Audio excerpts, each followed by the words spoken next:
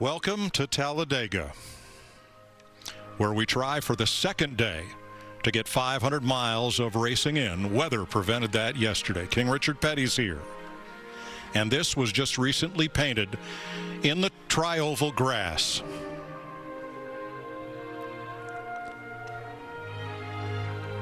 All of NASCAR's drivers have rallied around Bubba Wallace, the NASCAR Cup Series lone black driver, after what happened here yesterday afternoon. The drivers, led by reigning Cup Series champion Kyle Busch in green, and their crews, the entire garage area, has rallied around Bubba Wallace and the number 43 today. Because yesterday afternoon, a noose was found hanging in the garage stall of Bubba's race car. In the NASCAR Cup garage area, a secure area where access is limited to competitors, officials, and track staff. A despicable act by someone flying directly in the face of NASCAR's efforts to build a culture that is diverse, equal, and welcome.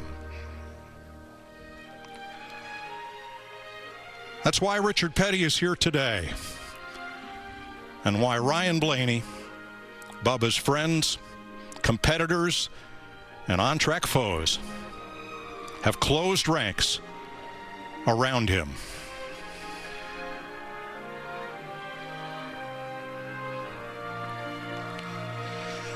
When that window net goes up later today, racing is the great equalizer. Everybody's 6'4", 240 pounds. Everybody has 600 horsepower. No one is white, black, brown, or yellow. They are all racers, and they are all our heroes. Offering today's invocation, President and CEO of Motor Racing Outrage, Billy Malden.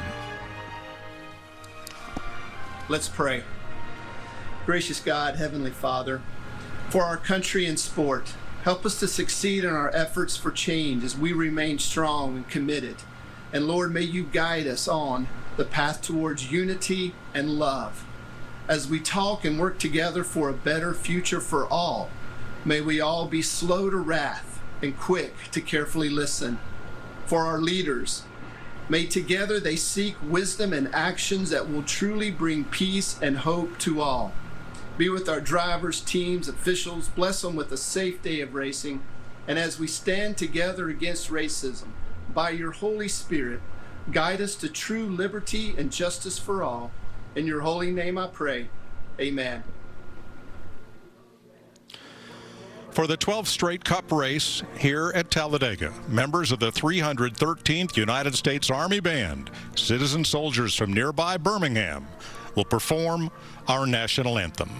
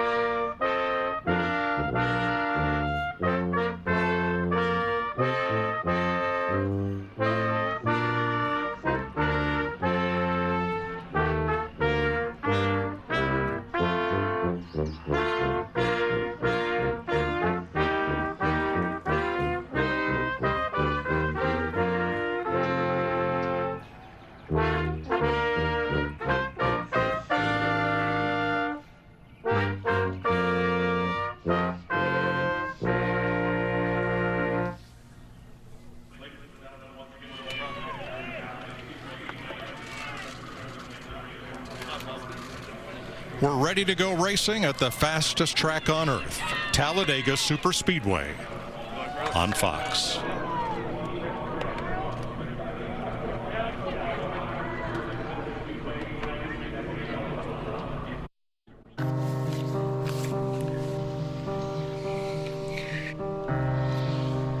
we're no strangers to moving fast. And we know how life can have that same quality. But now is the time to slow down and reflect. The events of recent weeks highlighted the work we still need to do as a nation to condemn racial inequality and racism.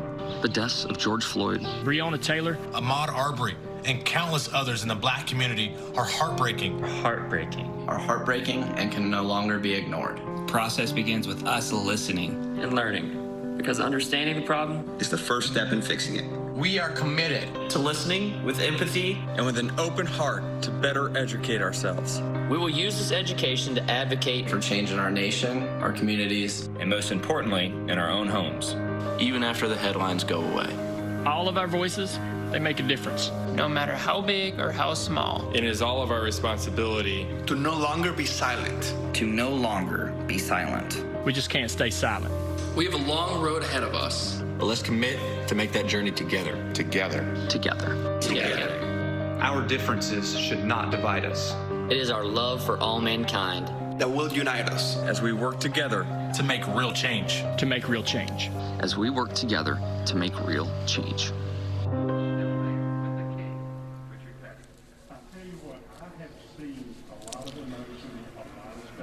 Bubba Wallace and King Richard Petty.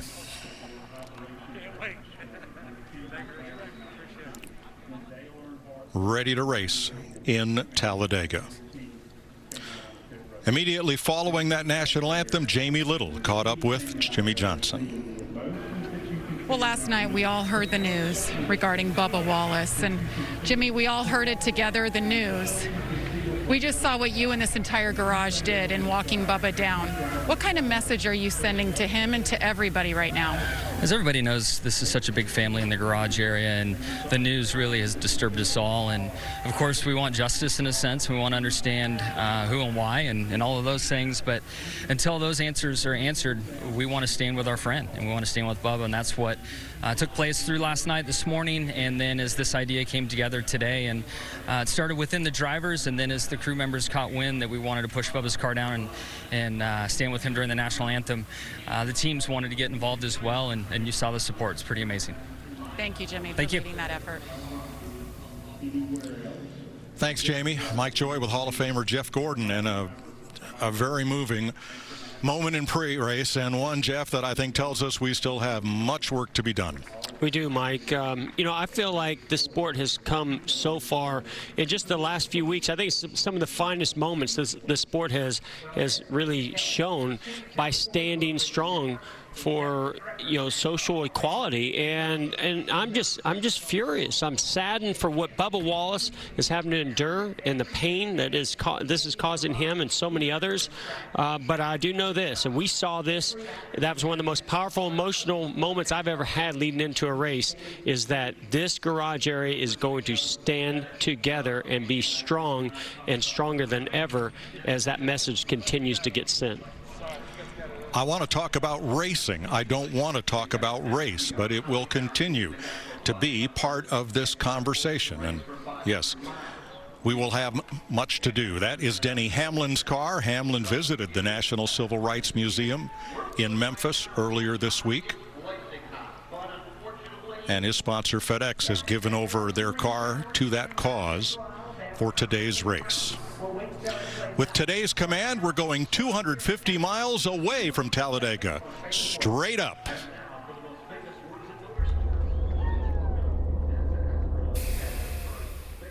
Hello, Talladega Superspeedway fans. I am NASA astronaut Doug Hurley, and I would love to be there with you in person today, but I'm currently aboard the International Space Station, orbiting 250 miles above the Earth. My friend and crewmate Bob Benkin and I arrived at the station on the SpaceX Crew Dragon spacecraft. This mission marks the first time that NASA astronauts have launched from United States soil in 9 years. For the next few months, we will live and work aboard the station, orbiting at a speed of over 17,000 miles per hour. That's 5 miles a second. NASA has also revved up science engines to take auto racing to a whole new level. NASA technologies are used by race teams to improve performance and safety. From rockets to race cars, and on behalf of the entire crew here on station, drivers, start your engines!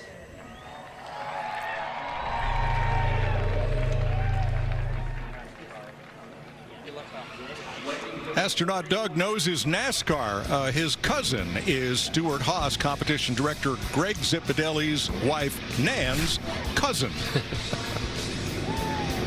A tweet from Bubba Wallace.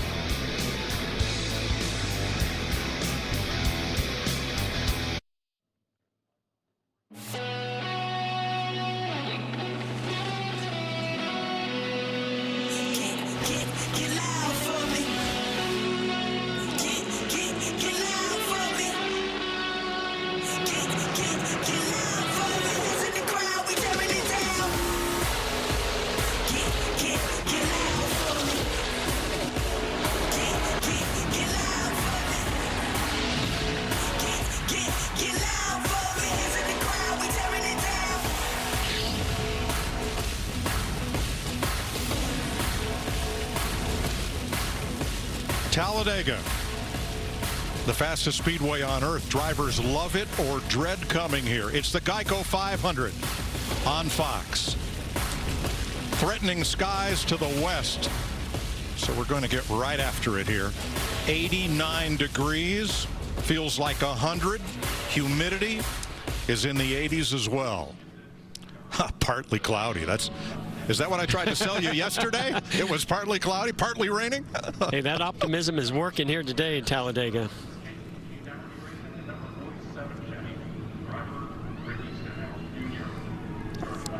Engines had fired as Bubba Wallace's 43 sits out front of the field. He'll line up 24th today.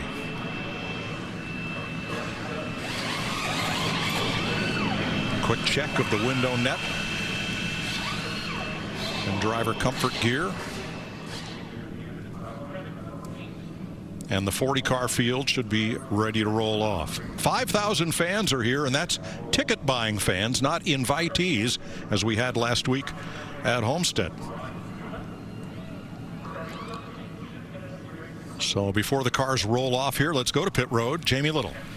Well, Mike, after we all got news last night what happened involving Bubba Wallace, his team was allowed to come in this morning and inspect the car inside and out. They wanted to make sure that there was no tampering whatsoever, and they wanted to set their driver's mind at ease to know that the car was good to go. Well, he got the thumbs up, and right now he is strapped in and he's ready to focus on the task at hand, winning the race in his home state of Alabama. Mike?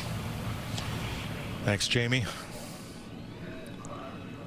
And I got to tell you, Bubba's got a shot at this. I mean, he's got the desire, he has the passion behind him and the support of many, but he has the talent and ability in a race car that can go out there today and be very competitive here at Talladega.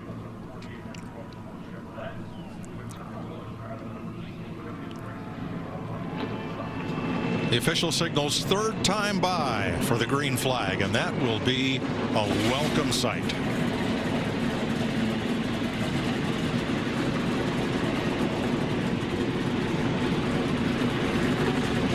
Two periods of heavy rain here yesterday. One put us under a delay for nearly 3 hours, and that second soaker, mainly up in turn number 4, meant the track could not have been dried in time to get the race in.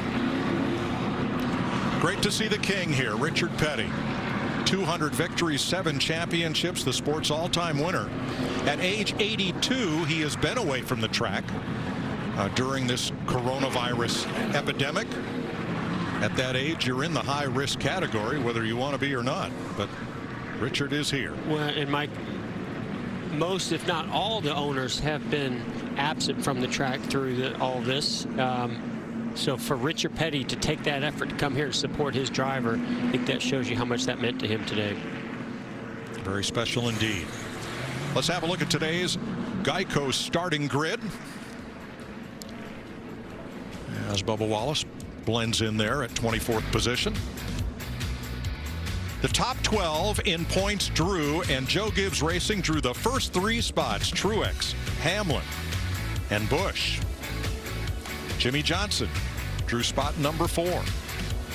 Kevin Harvick, Brad Keselowski in the 3rd row. Kurt Busch, Alex Bowman, all proven winners back through, the first half of the field or so. Clint Boyer, Joey Logano, Ryan Blaney with Chase Elliott in the 6th row. Matt Kenseth, Ryan Newman. And back at row 8, Tyler Reddick. We had a little fun at his expense after the last lap last week. We'll tell you about that later. But right now, Eric Almirola, 7 straight top 10s at Talladega, including a win for driver number 10. Yeah, I got to imagine he loves it here. Let's talk to him. Eric Almirola, Jeff and Mike, the Fox Sports Studios. You got us? Yes, sir. I got you, buddy. Well, Eric, rain delayed from yesterday. Very powerful and emotional start to the day. Now it's time to go racing. So tell us about, where your mindset is at as you start to take this green flag or get ready for that green flag and go racing. Well, just looking forward to taking this opportunity that we have in front of us here at Talladega and going to make the most of it. This place has been good to me over the last several years. Obviously won here in 2018 in the playoffs, so I have a lot of great memories from here, and just excited come into this race here at Talladega with a lot of optimism. Well, and the stats show it. This is a great track for you, so you've got a lot of confidence. What is it that you've got to do to get yourself in position in the closing laps of this race to win another race here at Talladega? Well, first you just got to survive. You can't win if you're in the garage area. So you got to make it to the end. You can't get caught up in the big one, which is partially luck and partially just the situations you put yourself in. So just a lot of calculating risk versus reward throughout the entire race, trying to figure out if you want to go get stage points and be aggressive, or if you want to ride and make sure you make it to the end. There's just a lot to think about and a lot to weigh. But at the end of the day, you got to be there. So hopefully we can keep our Smithfield Ford Mustang clean today, and I'm sure it's going to be fast. We always bring really fast super speedway cars. So excited about today. I know the seat you're sitting in. I sat in it on Saturday for the Xfinity race. It's a lot cooler and nicer temperature in there, and certainly a lot less intense. And yeah, I was gonna ask you which one you preferred, but hey, good luck today. Thanks for talking to us, and hope it goes well. Yep, thank you guys. Enjoy the show. Oh, we will. So let's set up how these 188 laps will play out with our crew chief, Larry McReynolds. Well, Mike, people tend to look at Daytona and Talladega as being very similar racetracks, but I know all of my years as a crew chief, I had to approach them totally different. Daytona is a lot more about handling than Talladega, and I hear a lot of drivers say that today. Let me show you one big difference in the tracks at Daytona and Talladega, and it has to do with the corners. See right there, there's 2 more degrees of banking here at Talladega, 33 degrees versus 31 degrees, but the big difference, 6 feet wider. Now at Daytona, we go up an octave when they're 3 wide. Don't be surprised to see them 4 wide here today. It's a classic case. Pave it, and they will use it. Now let's take a look at our race analysis. We're going to go 188 laps in 500 miles. The stages are 60, 60, and 68. Look at that pit road speed, 55 miles per hour. In the last 4 races, we've had over 30 pit road speeding penalties. The field window, 40 to 46 laps. A lot depends on whether you're leading or whether you're drafting. And Mike, we will have a competition caution at lap 25, and you cannot fuel the car until that caution. Thanks, Larry. Folks at home, you've got about another lap or so to download the Fox Bet Super 6 app and play today for free. 2 chances to win money. There's the regular Super 6 NASCAR game where you pick the finishes of 6 drivers.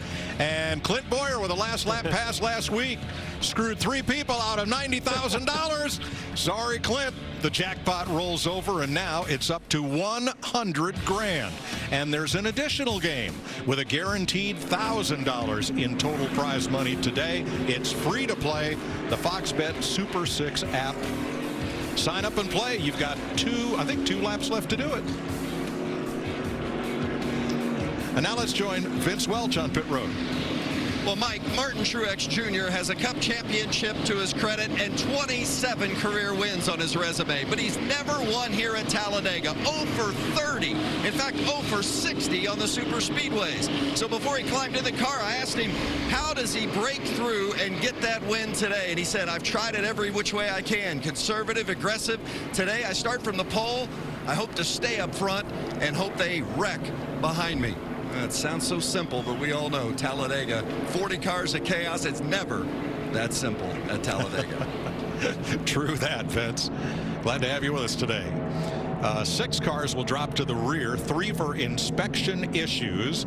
They are William Byron in the 24, the 78 of Garrett Smithley, and the 51 of Joey Gase, who will also have a pass-through penalty under green.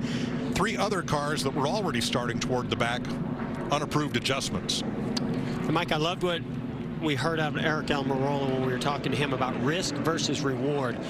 You know, these cars are so equal with the draft, with the tapered spacers.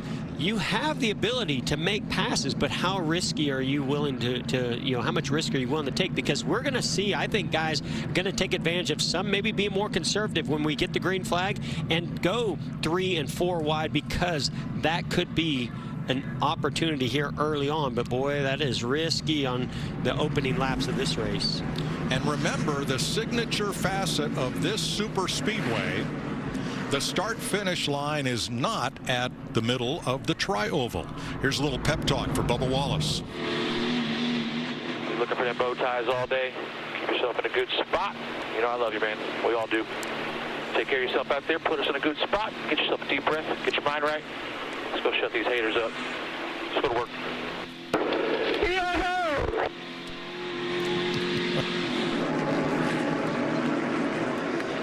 They come through the tri-oval. That's where the start-finish line is at Daytona. And waving the green flag, Ravens quarterback from Alabama, Marlon Humphrey, sends them off for 500 miles.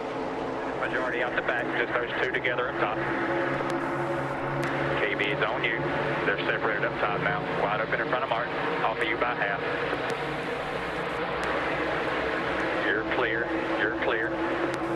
It's Chris Lambert, Denny Hamlin's spotter. Quarter off of you.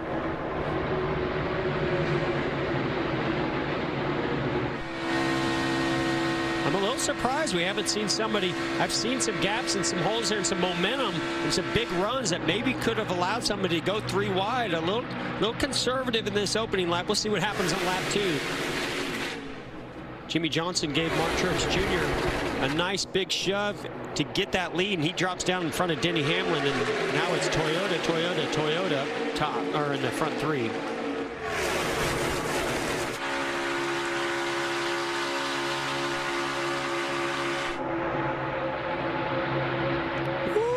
There, see Brad Keselowski, Jimmy Johnson connect, and Jimmy Johnson the back end, but got pretty light on him.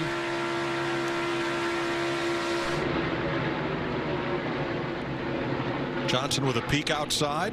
NASCAR has mandated Teflon slip tape be applied to the bumpers so cars that can do a little bump and go and not connect and hook each other. Yeah, it allows those front bumpers to slide around a little bit more. Mike, it's great stuff for about 10 laps. But right here, you see maybe, yeah, right there, when you get to that left rear of the rear bumper, it's a sensitive area. It can really turn the car around. And you know, Brad Keselowski did a nice job backing off of Jimmy Johnson. Jimmy did a nice job of keeping that car going straight, as they did hit in an awkward position there.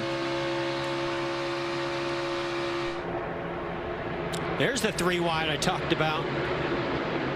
Where? Everywhere. Where? Yeah. Ricky Stenhouse Jr., that's where. Imagine that. 47 way up high, creating a 3rd groove. Got a little help there. Christopher Bell. Yeah, unfortunately, they're going to need a little bit more help than that. A lot more help. See William Byron's peeking up there also, but it's all about numbers, right? The more cars that are stacked up bumper to bumper and closer to one another, that's the line that's going to move forward. That's the one that's going to have the best draft. And right now, you see that just isn't in the works on that outside 3rd lane. A green racetrack from all the rain here yesterday, but does that really mean much at Talladega? Well, I mean, we do see some tire wear here, and the handling might go away a little bit, Mike, is if these guys are pushing and shoving. But where it really adds up is the drivers need a period of time to get used to looking in your mirror constantly, hearing your spotter in your ear, telling you all the information, and also knowing what the car's doing, and also making some moves and trying not to bump drive somebody too hard, turning them around. So that, to me, is the biggest adjustment period for these drivers today. And here comes Stenhouse. He's brought that third lane right up to the front. Boy, Jimmy Johnson, Kevin Harvick almost got it together there, but I think what happened was we saw the leaders get side by side, and that stalled them out and allowed that third lane with Ricky Stenhouse Jr. just come flying up through there. And Stenhouse is there from 20th starting position. And that number 47 on the outside with Martin Truex going up to cover the spot.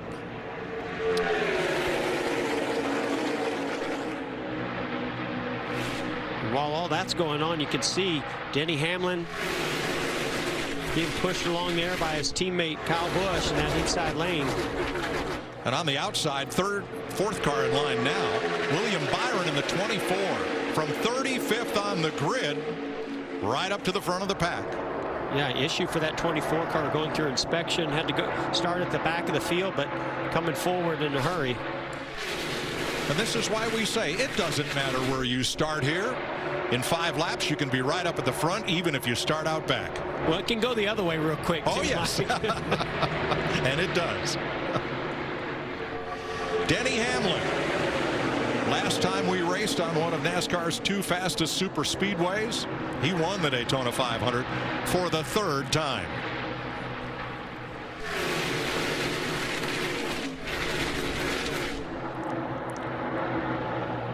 Now, as Ricky Stenhouse was making his run, we'll show you what happened with Jimmy Johnson in the 48 and the 4 of Kevin Harvick. Yeah, you can see where Martin Truex Jr. moved up to block a run coming from Harvick. Jimmy Johnson did not realize that they were going to be 4 wide as he tried to move up in front of Kevin Harvick, and they just barely touched.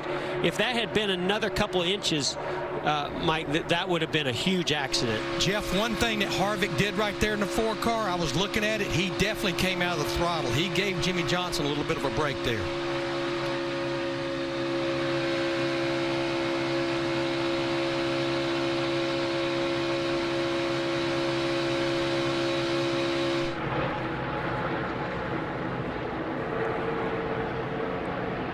Larry, yesterday you said you were building Noah's Ark.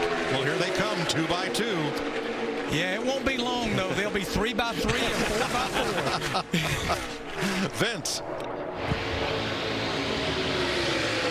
Crew Chief Chris Lambert, or Crew Chief Chris Gabehart reminding Denny Hamlin spotter Chris Lambert, remember, we've got the different paint scheme this week. Normally it's got that bright white and purple of FedEx. Today it's the all-black car with the National Civil Rights Museum logo on the hood. So it looks completely different than it would normally look on a race day. No problem finding it though when it's out front, guys, and that's the way they'd like to keep track of it today. Kevin Harvick now the first car in the 3rd lane with Brad Keselowski and a little more help from Chris Buescher.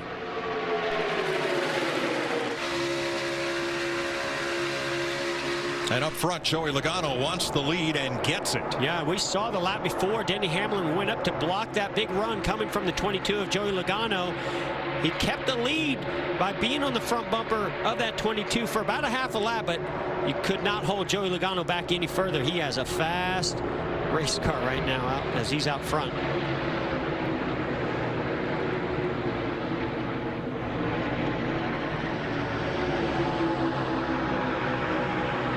Matt DiBenedetto now trying to bring the 3rd lane into play. Riding on board here with Chase Elliott. When you're in that inside lane, Mike, you're just kind of stuck there because you've got the middle lane right to your outside. Then sometimes, and a lot of times, you have that 3rd lane out there also. But there's not a lot of moves you can make. So some drivers would prefer to be in that outside lane because you could go 3 wide. If that lane opens up, you might even go through the middle. It just seems like you have more options. When you're in that bottom group, you just hope your line is the one that's moving the fastest. Well, Matt DiBenedetto picked the wrong lane. He lost all of his friends way up on the outside and has drifted back to 19th before he was able to get in line. Joey Logano out in front of Talladega.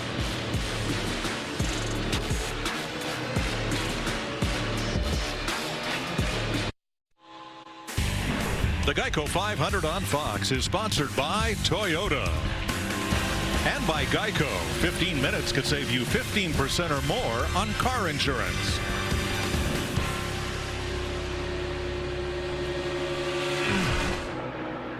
Watch teammates Denny Hamlin in the 11, Martin Truex in the 19 here. Yeah, Denny gets to his rear bumper. A little bit of movement, and you can see the 19 car maybe had to check up a little bit as he closed in on Joey Logano, and that got him out of shape. He goes to the third lane. Denny kept coming by his teammate Kyle Busch, and then Stenhouse goes to the middle. That shuffled the 19 of Truex pretty far back. And then Hamlin went for the lead and retook it from Logano with help from Ricky Stenhouse. Did he have any other choice, Mike? I mean, he was getting such a shove from the 47 with that bump draft coming from Ricky Stenhouse Jr. He had no choice but to go by and take that lead, whether he wanted to or not.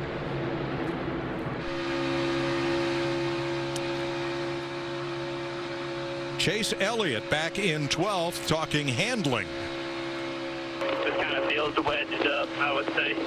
How about your pace? Feels kind of bad, to be honest. Like, pretty dang slow. I don't know if Alex just isn't really pushing, but I don't have a lot of options at the moment. Yeah, comments about being wedged up as you see his telemetry there on the left of your screen. Could be that he just feels like maybe the car, I can't tell if he was talking about the cross weight in the car making it feel wedged up that way, or if it's the car wedged up from front of the nose to the rear of that spoiler, holding some air in there to slowing it down, too much drag. Jamie? And you guys are talking about Chase Elliott. I talked to his crew chief, Alan Gustafson, and he was going back and forth on how he should set the car up for today and how aggressive he should be with the setup. He said, we have to have a good handling car for Chase to be aggressive. That means we're going to give up some speed. So we're really going to watch this first 25 laps and see where we land, if we need to adjust more. But you hear him, he's not happy with that 9 right now. He won here last year. Now, you saw Joey Logano go back to the lead with help from teammate Brad Keselowski. One reason that happened was the gap that developed between the 11 of Hamlin and the car behind him, the 47 of Stenhouse. Too much of a gap, not enough draft, they'll power right on by you. Yeah, as that car gets closer to the rear bumper, it starts lifting the air over that rear spoiler and starts lowering the drag numbers and picking up the speed. Well, if you get too much of a gap from yourself to that car behind you, you're no longer, now you're catching all that air to the rear spoiler, so you're no longer getting the effects of taking the air and lowering the drag on that rear of the car. The Penske Mustangs 1, 2, 3 on the outside. Martin Truex Jr. was up at the front, Vince. What happened? He's back at what, 25th now? Yeah, Mike, you saw the fact that his car didn't seem to like that big push it was getting from his teammate Denny Hamlin. Truex said the car is just too loose to take that aggressive of a push. And as he got back in the back of that pack there, thought maybe he had a right rear going down. So they're paying very close attention to how that car feels right now. 8 laps to the competition caution at lap 25. Logano and Hamlin have been duking it out here. 4 lead changes already among 3 drivers in these first 16 laps. When, again, Mike, risk versus reward. How risky do you want it to be? How much do you want, if you're Martin Truex Jr., how much do you want to hold on to that loose race car to try to maintain that track position up front? Riding with Kevin Harvick. Christopher Bell ahead on the outside, and that's William Byron just ahead in the middle lane. Kurt Busch off to the left. See Kevin Harvick got down behind the 24 of William Byron. Got a nice run, maybe even a push from somebody behind, but he wants to be in that outside lane and get behind rookie Christopher Bell and take some of those cars that are behind him lined up and maybe make that third lane work.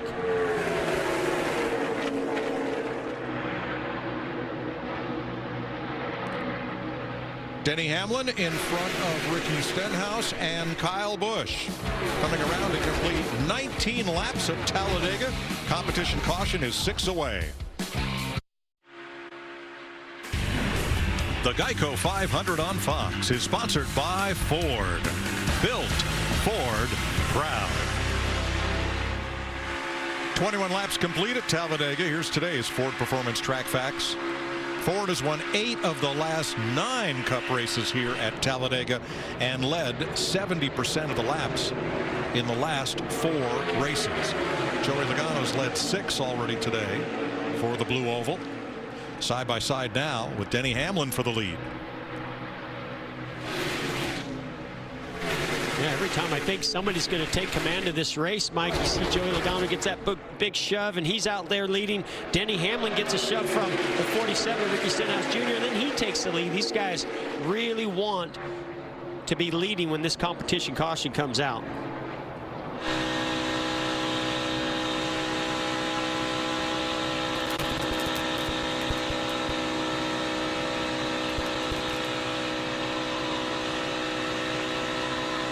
Brennan Poole going a lap down.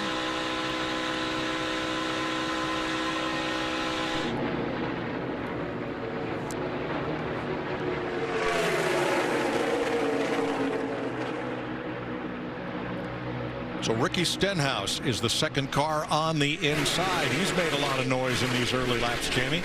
Yes, he has, Mike. What a great opportunity race for this team. JTG Doherty Racing never won on an oval, but Ricky Stenhouse Jr. does have a win here. Right now, Mike, he's saying the handling's a little bit all over the place. He's still loose, but it won't turn as well as he would like on the exit of the corners.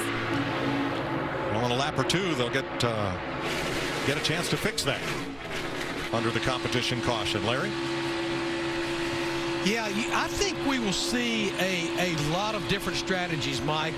With what I'm hearing about handling, I do think there'll be some adjustments that will be made, and we may see more four-tire stops than I anticipated going into this race.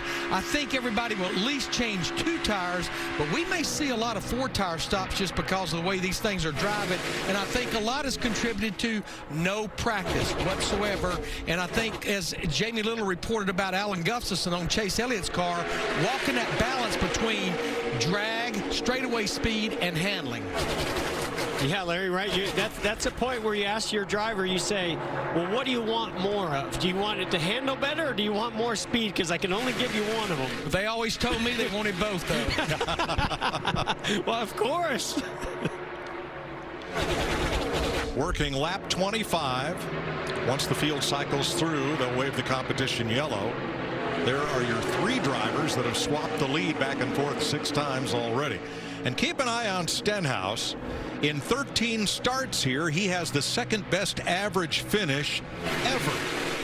Only Pete Hamilton, who won here in 1970, has a better one, but Hamilton only made 5 starts at Talladega. I think Ricky Stenhouse Jr. is making a statement here early on this race as to how he put up those stats. Nobody moved through the field and got to the front faster than he did. Now you see right there Alex Bowman having to check up. He sees it. They're coming up. He was 3 wide to the outside, I believe, of John Hunter Nemechek. Caution is out for competition caution.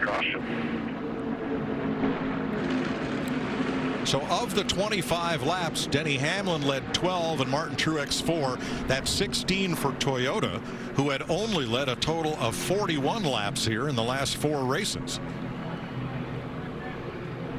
Blue ovals at the front, 4 of them. Logano, Keselowski, Blaney, and Buescher. 4 Fords leading Hamlin's Toyota, and then Stenhouse's Chevrolet. Here's Larry with today's right combination, sponsored by Subway. Well, I think it has to do with the 3 drivers at the front, and that would be a Team Penske Ford driver and the Talladega track. All 3 of these Team Penske drivers, Logano, Keselowski, and Blaney, they have a win at Talladega for a total of 9 wins, and they've won 7 of the last 11 Talladega races with all 3 drivers going to victory lane. That's about as good of a Subway right combination as I can come up with. Brennan Poole will get the free pass on this competition caution. He is carrying our RememberEveryoneDeployed.org camera, a charity for families whose husband or wife are currently deployed with the U.S. military, trying to help the folks back home. RememberEveryoneDeployed.org. You know, Mike, you were asking me about adjustments also, and you've got that big old tall rear spoiler, and that's your biggest tool for handling, but it also hurts the straightaway speed. So sometimes what you'll see them do is actually either raise the back of the car if they want to try to make the car handle a little better. If they feel like they're looking for more speed, they may lower the back of the car, but the one caveat that goes along with that are the rocker skirts. You don't want those things not sealed to the racetrack, so that becomes a bit of a fine line as well. Thanks, Larry. Yeah, and I would say also, I've seen it very situational here where sometimes your car gets tight because of the air pushing the side of your car as you're coming off of a corner if you're side by side in a draft instead of the car actually just being tight. So it's very difficult to analyze exactly what adjustment you need when it comes to handling. That pace car is going to be pretty lonely. Pit road's open. There are 33 cars on the lead lap. Jamie. Brad Keselowski in that first pit box when you enter pit road says this car is just a little bit loose. 5-time winner here. Wants it to be snugged up when he gets a push on this straightaways. Vince? The 22 of Joey Logano coming to his pit box as the race leader said the car was just too loose. They need an adjustment. He needs it to be better. You see the wrench going in the right rear for a chassis adjustment and away for Logano. See a lot of 2 tires happening on this stop. So here's the Ram race off pit road. Joey Logano out first. Blaney and Hamlin each grab spots. Keselowski loses 2, but Logano will not be the leader. 6 drivers stayed out and did not pit the first time by among those on the lead lap. Denny Hamlin's crew making quick work of it. Down. One of the questions that was asked in the $1,000 Fox Bet Super 6 game is which of these drivers will have the best position at the end of stage 1, and 3 of the 4 of them came up even odds. Joey Logano, your leader, is those 6 drivers who stayed out all pitted the second time by. Here's some Jimmy Johnson audio on what they needed to fix and what they did. This wasn't really under me, and it moved around pretty easily, almost like it was a soft tire or something wasn't bolted on tight or something, you know? Yeah, 10-4. What we did here was added a little bit of cross weight, did an air pressure adjustment just to try to help all that. We actually came up some, so it should be better for you taking off. All right, let's find out. Johnson will fire off from position 11. Joey Logano, your leader. His Penske teammates lined up right behind him as we see Denny Hamlin getting a big push from the bottom lane. Is that Cole Custer, I believe?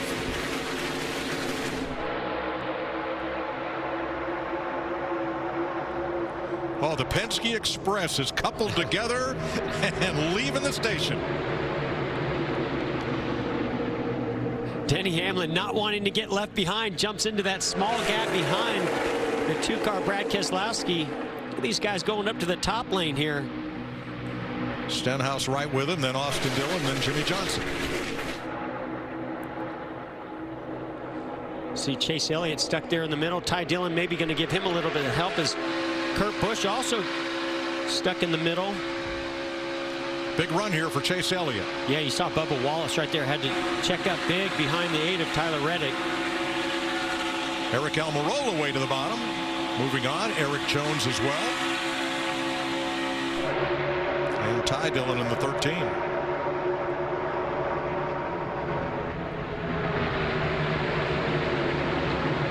Now Cole Custer gets a little help. A little. He got a lot.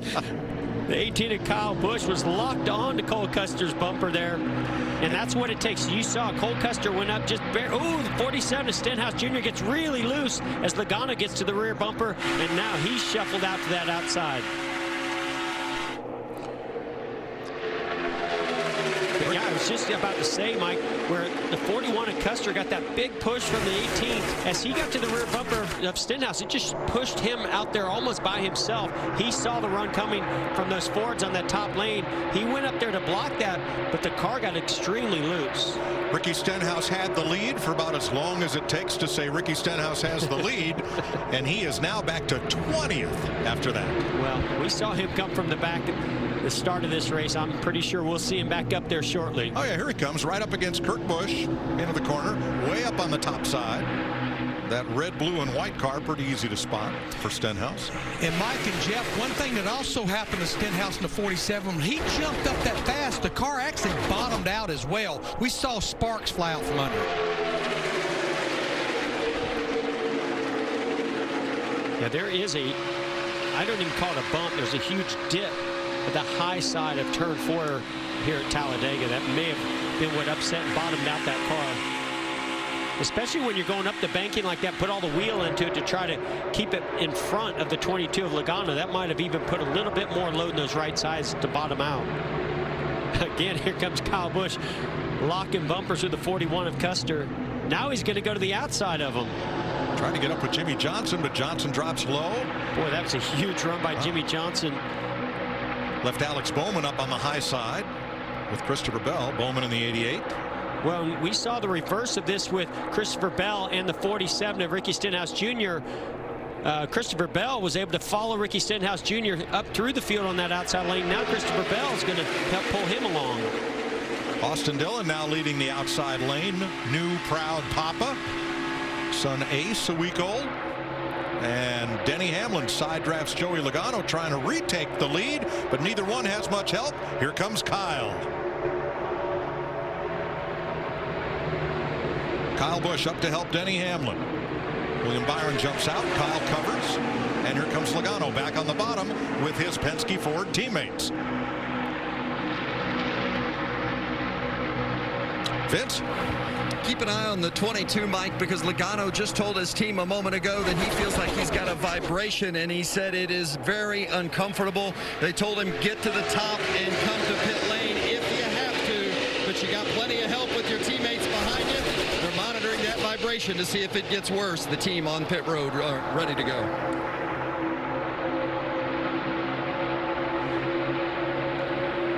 Yeah, sometimes you put on a new set of tires and they just might be out of balance a little bit. When you're doing 200 miles per hour here at Talladega, that vibration can feel very severe. Now, as long as it doesn't get worse, he can hold on to it and it should be fine. But it's when you know it's a loose wheel is when that vibration gradually gets, or in a hurry, gets much worse. And Jeff, I just went back and looked at the pit stop. It looked like to me both tire changes on the right side. Remember, they only did rights.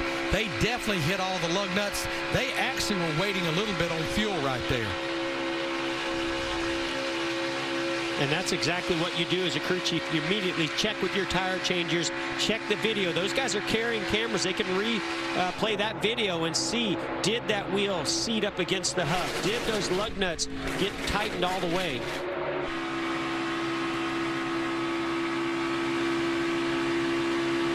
Riding with Ryan Blaney in third.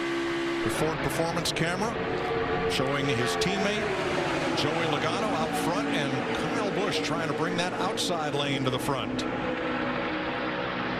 Yeah, and he's got William Byron that's started all the way at the tail of this field. Remember, we documented he had issues in inspection start at the rear, but he is right now going into second place as he follows Kyle Busch. He moved up in front of the 3 of Austin Dillon when that outside lane was materializing, and that's really given a lot of momentum to this outside lane. 21 cars in this lead pack.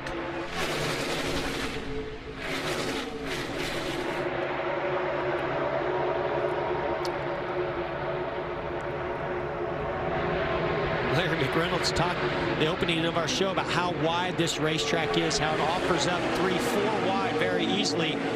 And you see how wide this racetrack is when these 2 lines form and one's right on the bottom and one's all the way at the top. You could still fit another 2 or 3 cars side by side between those lines.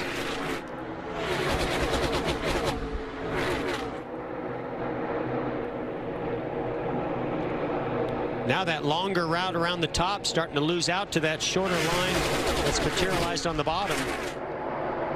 23 laps to go in stage 1 of this 3-stage race at the world's fastest speedway. Team Penske out in front. It's a doubleheader weekend of NASCAR Cup Series racing, live from Pocono. Saturday on Fox, NASCAR's finest take on the tricky triangle. Then Sunday on FS1, it's the Pocono 350. NASCAR's live, Saturday on Fox and Sunday on FS1. Chevy is committed to getting you back on the open road with confidence and peace of mind. Visit ChevyCares.com to learn more. 40 laps complete at Talladega. Big white puffy clouds there, but there are some dark ones on the way from the west as William Byron leads Denny Hamlin around the outside. And you'll see the push to the lead as Hamlin retakes it. Taking the outside here with Christopher Bell. Well, you're riding on board there with Chase Elliott, and you heard he had to lift for something that happened in front of him, and that outside lane had formed at that time, and you saw they just came flying up through there, changed the complete complexion of this race, and gave Denny Hamlin back the lead. So Bell in the 95, that is not a Joe Gibbs Toyota. It is a team, a separate team that gets parts and assistance from Toyota through Joe Gibbs Racing. Levine Family Racing, the 95, running in second. Then William Byron, the first Chevrolet, and Joey Logano, the first Ford, coming to the outside. Kurt Busch in the number 1, trying to work his way toward the front. We drove pretty heavy on the truck bar mount early on. Man's right on the edge being too much, but still this right front feel like squishy right now at the same point in the run as before. Busch and crew watching from Chase Elliott's Mountain Dew cam as the Penske cars just teamed up, and it was 3 against 1 on Denny Hamlin. I mean, the seas just opened up, Mike, for Joey Logano and Team Penske. You know, they saw an opportunity here. You see Ryan Blaney is right there on the rear bumper of Joey Logano, but what really happened was Denny Hamlin and the 95 Christopher Bell broke up, and their momentum slowed down, and that entire line led by the 22 took that momentum and just continued on with it. Shuffled Hamlin back, but now he's retaken the lead. Well, if you want to count Matt DiBenedetto in the Wood Brothers 21, it was 4-on-1.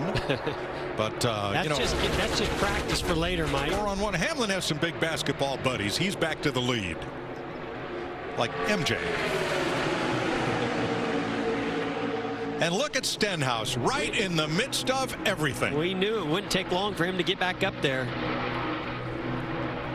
And one of the ways he does it is he doesn't mind taking the risk, Mike. He pushes. He's very aggressive.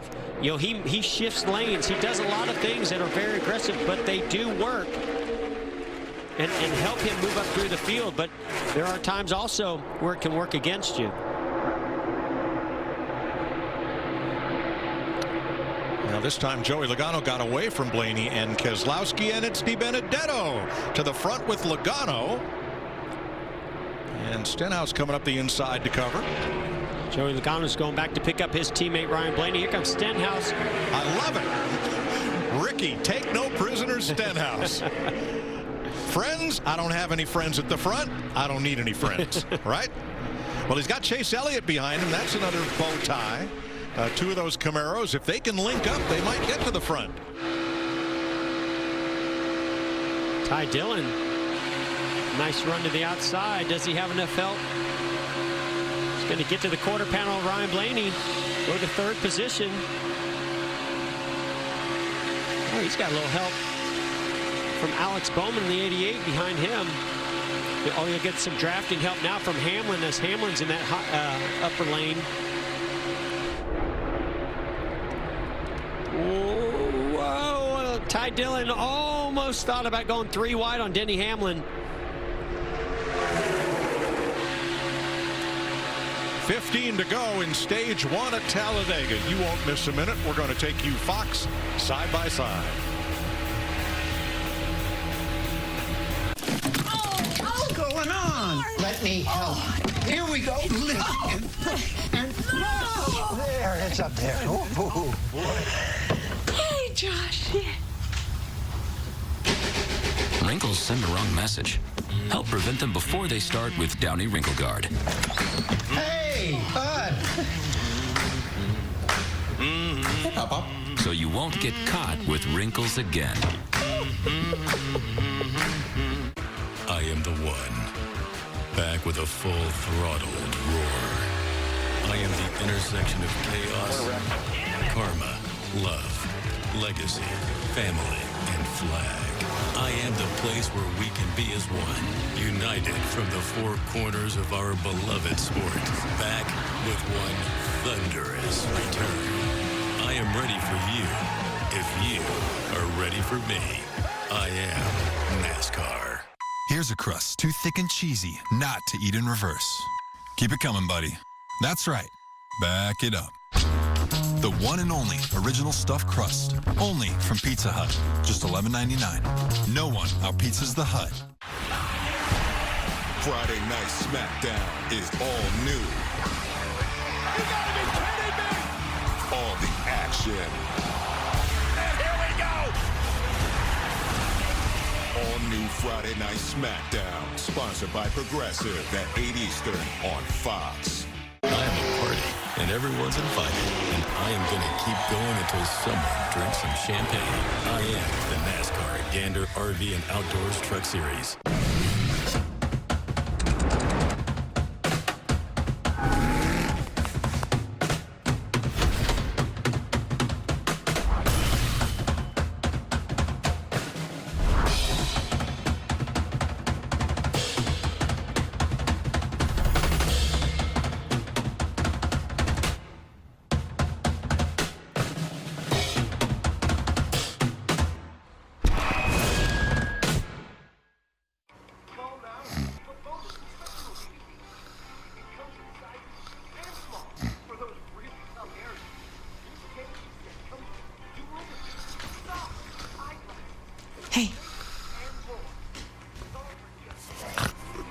You fell asleep with your sign again. Fell asleep with your sign again. No, I didn't.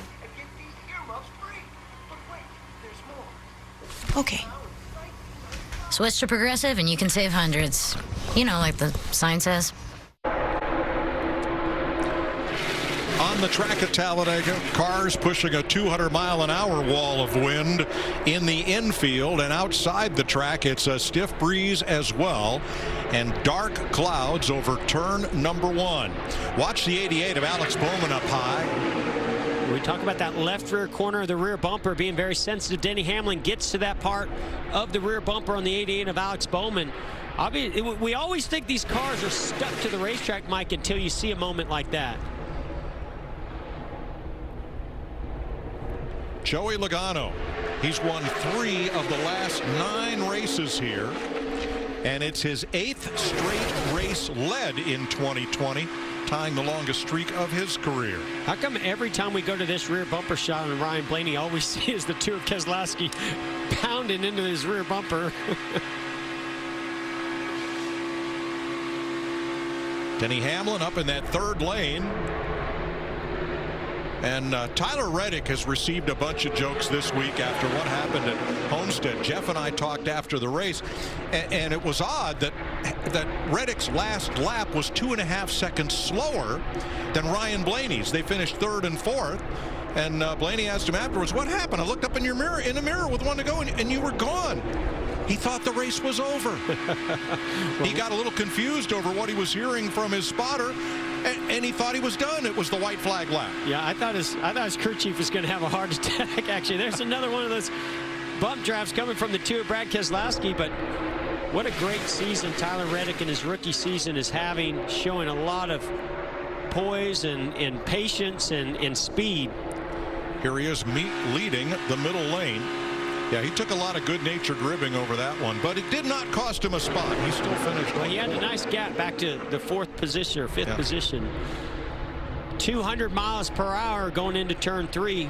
Now we're hearing there's more of a headwind. You see those flags standing up, big gust, big headwind on this front straightaway, so that should be a nice tailwind down the back straightaway. Joey Logano talking about the wind.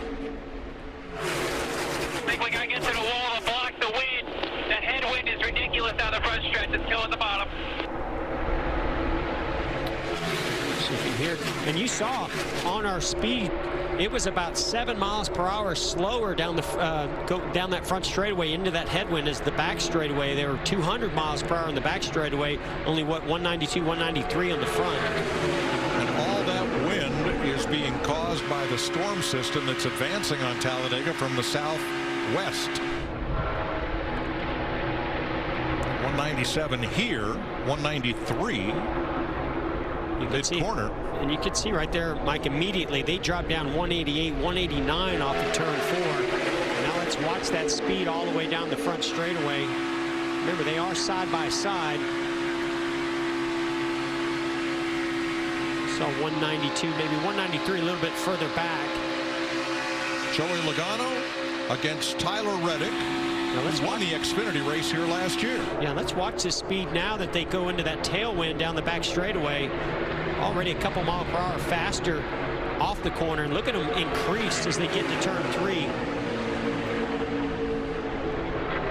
So 200, almost 204 miles per hour as Joey Logano was getting a big push from his teammate Ryan Blaney. Now Denny Hamlin has dropped out of the front of that lead pack, Vince.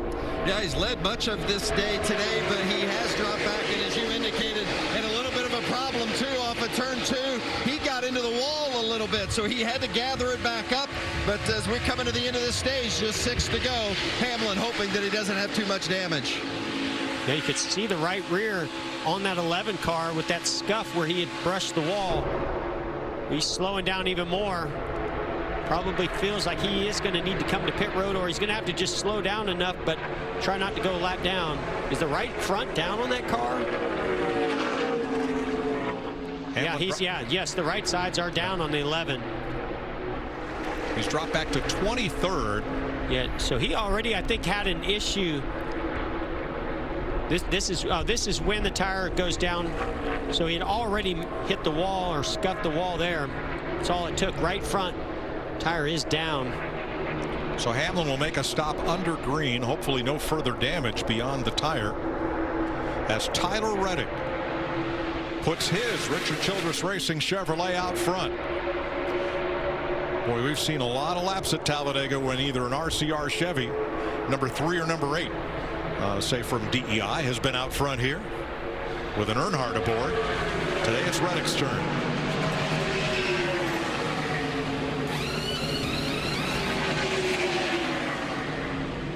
Pretty good amount of damage out. We got the caution due to rain in turn 1. Yeah, Jeff, it's over a mile from one end of the speedway to the other, so very easy to have rain at one end of the racetrack while the rest of the speedway is dry. And Denny Hamlin's going to go a lap down. Might as well change those left sides. They were trying to just change right sides and beat the leader off of pit road, but that did not happen. That caution almost saved them. They just couldn't quite get those right sides off fast enough to beat the leader and stay on the lead lap. But Jeff, I still think this caution saved them, because now they're one down. They can take all the time they need to some degree, because the field is just now over in turn 2. Take all the time you need right here and make sure that car's right. So we're under caution for a shower here at Talladega.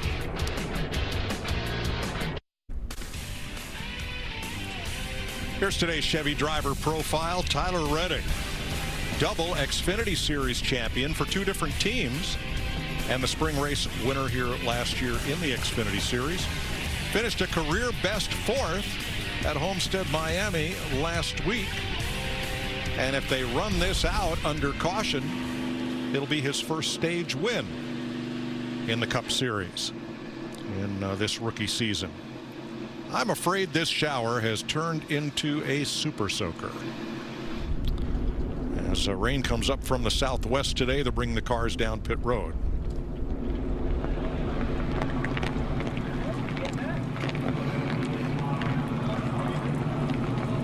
So speaking of last week, when Tyler Reddick thought the race was over as they waved the white flag, well, of course, we had to talk to him about it. All right, right. Yes, I thought the race was over last week before the last lap. White flag here. If we can get him, great. If not, still a hell of a night. Keep it clean. Sorry, guys. Keep going. Keep going. Keep going. Randall boys, everyone. Great car, great stuff. Proud of all y'all. But hey, I've seen much worse. At least I wasn't the trombone player on the field for the game. All the fans are out on the field! Or forget how many timeouts my team had. Or forget the score of an NBA Finals game. I've certainly never been on my way to scoring a touchdown in the Super Bowl before showing off. And for sure, I've never ever read the wrong card awarding the best picture at the Oscars. But as they say, it happens. All right, so Warren Beatty wasn't your spotter last week, okay? He laughed it off. I love his attitude. Yeah, had some fun with it. I'll tell you, this fella has a future in this series. He is a hot rod. And he has a good time doing it. Yep. Yes, that's rain on the roof. Oh, 2 days in a row. I can't help but every time I watch that, hearing Randall Burnett and he's just so desperate to try to get through to that radio, his crew chief, because basically the driver's audio overrides everything else. So he wasn't hearing any of that audio from his crew chief, Randall. So we're under the red flag at Talladega. We want to take you back to where Denny Hamlin, who is now the last car 1 lap down. Greg Galding will get the free pass from this caution. Let's show you where Hamlin tagged the wall here. So he's right on the rear bumper. Tyler Reddick coming off, I believe this looks like turn 2. Yeah, it looks like the car just took off on him. I don't know if that had anything to do with this strong wind. But watch Denny Hamlin's car just drift out. And what that typically is he's putting wheel into it. The front tires just are losing grip as it transitions off the bank into that straightaway, plus maybe some crosswind. Let's check with Jamie. Well, you guys were talking about Tyler Reddick. We had a little bit of fun with the ending of last week's race, but in all seriousness now, you're out here leading, and I heard some interesting conversation about what that says to the rest of the field. What were you guys discussing? Well, Alex and I did a really good job of working both our Chevrolets to the front of the line there, and I was faced with a decision. I had such a run off of the 48 or one of those guys, and I left him hanging and went with 11, and as soon as I did it, I was like, why did I do that? He helped me get here, and then I left him to dry, so I just try and be smarter going forward. We worked our way up there, and, just try and be smarter about that going forward. But a Realtree Chevrolet has good speed. We weren't exactly where we need to be that first run, but once it started to cool down, our car's pretty good, and we're able to take some pretty hard pushes from the 11 there and keep it straight. Obviously, your first race here in a Cup car. You won this race, though, in the Xfinity car last year, and it gave your team confidence. What did it do for you? It did a lot, but, I'm racing against the best of the best. I'm racing against guys that have truly taken it to the next level when it comes to working the speedway craft. So, yeah, I'm making it work early, but I know everyone's got a lot more left up in their sleeve. We're not even through the first stage yet, so hopefully we can keep this track position and keep working with our Chevrolets and maintain it. All right, we'll get back to green, and Tyler Reddick will be our leader. Vince. Well, and Jimmy Johnson is in the top 5. There was a lot of shuffling at the front. It was full contact racing. How was your car being pushed or as the pusher? Yeah, I see a lot going on, and it's a little early for me to try too hard with the pushing. I've had a lot of guys pushing me, and for some reason my car isn't as stable as I would hope. But we'll keep working on it. We helped our car a lot from during that first pit stop and put some stability in it. So another adjustment or two, and hopefully I can at least receive a push. We heard Joey Logano, who was up in the front of the pack, talking about that headwind. Did you feel it when you were back in the pack a little bit more, or was it not affecting you at all? I wasn't close enough to the front at that particular point, but I could see the American flag going into turn 3, and that is a huge flag, and it was all the way out where you could see everything on it. So I knew the wind was really blowing hard at that point. Yeah, thanks, Jimmy. Thank you. Thanks, Vince. You can see it's pretty dry there at start-finish. Boy, down in turn number 1, yeah, you could go fishing down there. So that kind of rainstorm. And the NASCAR Toyota Tundra track drying system is out. So are the jet dryers, and they're already working on it. Jamie is surrounded by Team Penske like much of the competition has been today. Yes, exactly, Mike. All three down here chatting. So you guys all climb out of your cars. So far, it's a good day. So what kinds of things are you discussing amongst yourselves? Just trying to figure out how to stay in the front.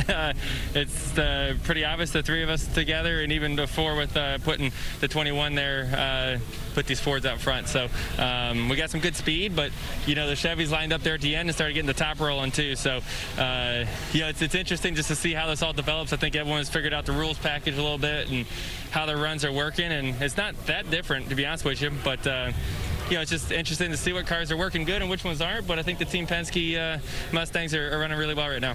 Yeah, it was interesting. We got those huge wind gusts all of a sudden, like 30 miles per hour. How much were you feeling that, Brad?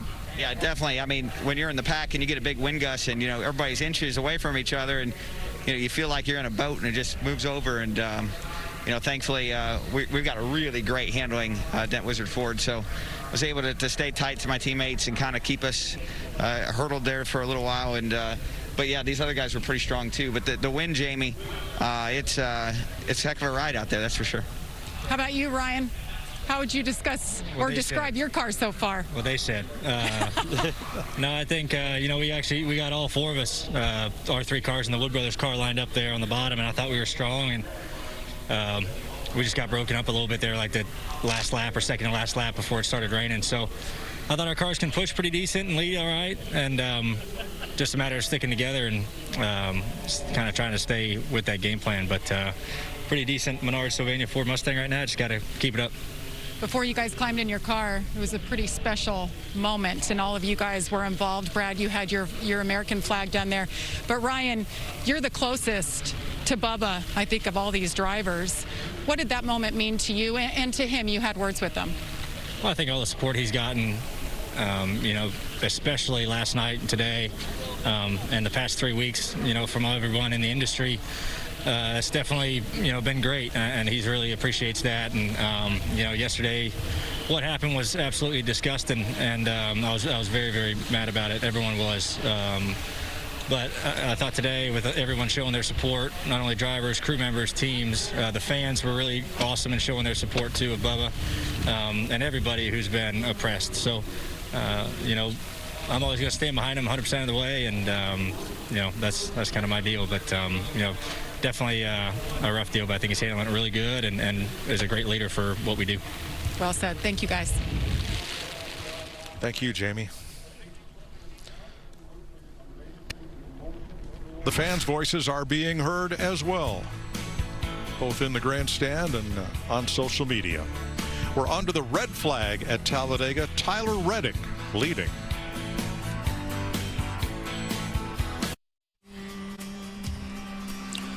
Welcome back live to Talladega, Alabama, and the Geico 500. That's Kyle Busch getting a bag of ice on a very hot, very muggy, humid day. Ryan Blaney. I don't think it ever really got wet up in turn 4, but turn 1 was soaked. They have the track pretty well dry and are getting ready to fire the engines and get back to racing. We've completed 57 laps. Mike Joy with Jeff Gordon. Joey Logano has been out front for 29 of them. Denny Hamlin 16. So they have led the most. We've had a lot of fast cars, fast drivers, and a lot of different leaders. But Jeff, the group that has had it going on is Team Penske. Not only are they fast, but their three drivers are organized.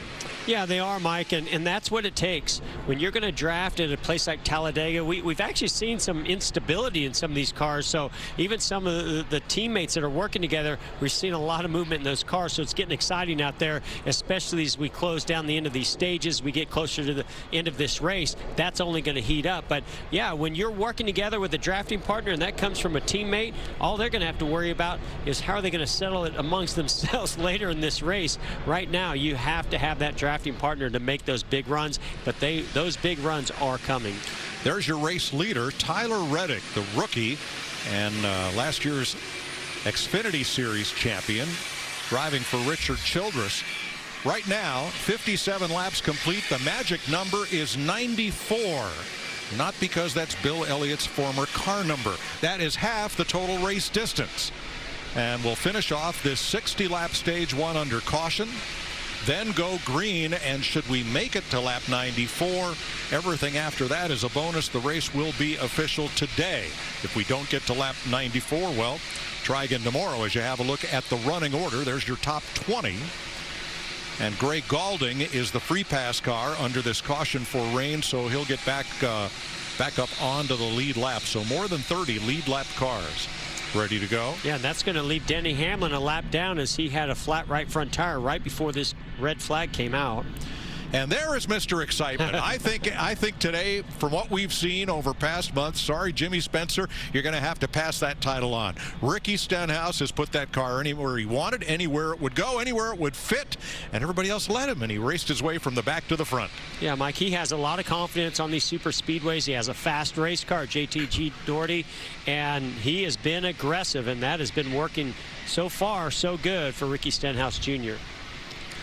So we're at the end of stage one, Larry Mack. Only one car has been to pit road, and that's the one, Denny Hamlin, repairing right side crash damage. So what will he do at the stage break? What will everyone else do? Well, I think as long as Chris Gabehart, his crew chief, feels like that they've got that damage repaired, and it actually looks pretty good, I think what he has to do here, Mike, is take the wave around. He can't pit, but that's depending on everyone that's in front of him, all the cars on the lead lap pitting, and I think they will, Mike, because even if we are racing to the halfway point, lap 94, you have to pit here to make it to the halfway point. So I think the 11 only has the one option: stay out, take the wave around, and get back on the lead lap.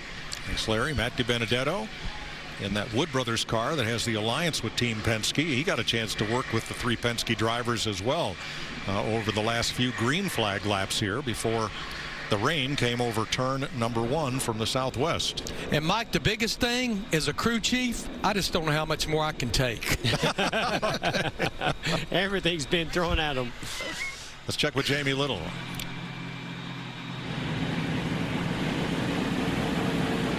Well, guys, when the rain was just beginning to fall, of course, it was Tyler Reddick who was leading, and he had an interesting conversation with his crew chief over the radio. He said, how was I doing leading there? Was I too aggressive?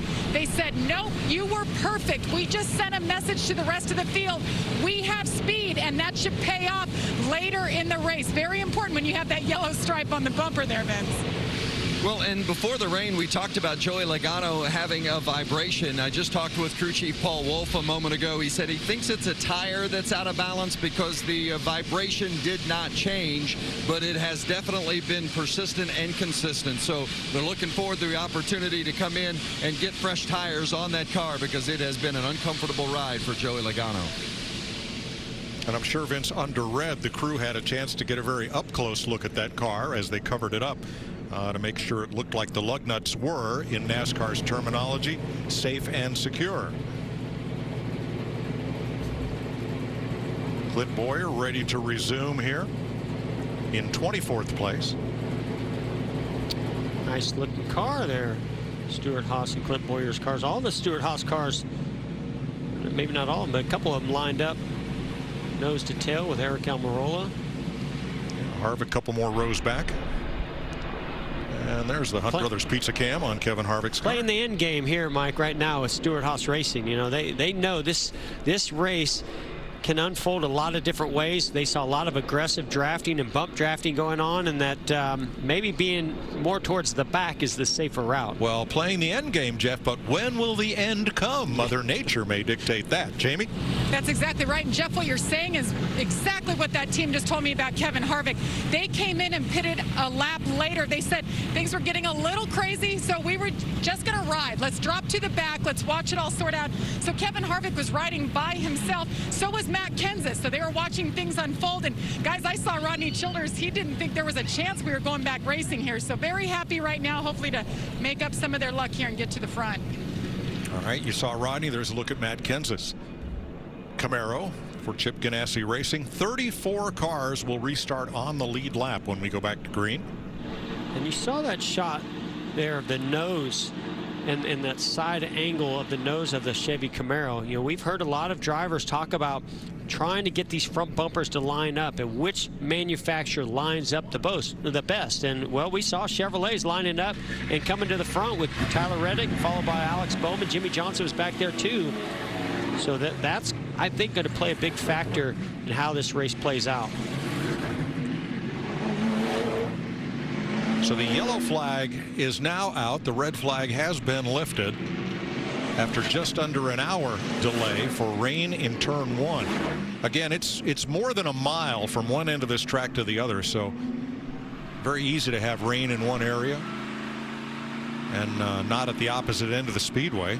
Kind of like having it raining on one side of the street, but not where you are, over safely on the other sidewalk. You can't appreciate how big this racetrack is and how spread out it is from turns 3 and 4 to 1 and 2 until you understand a weather situation like this, Mike.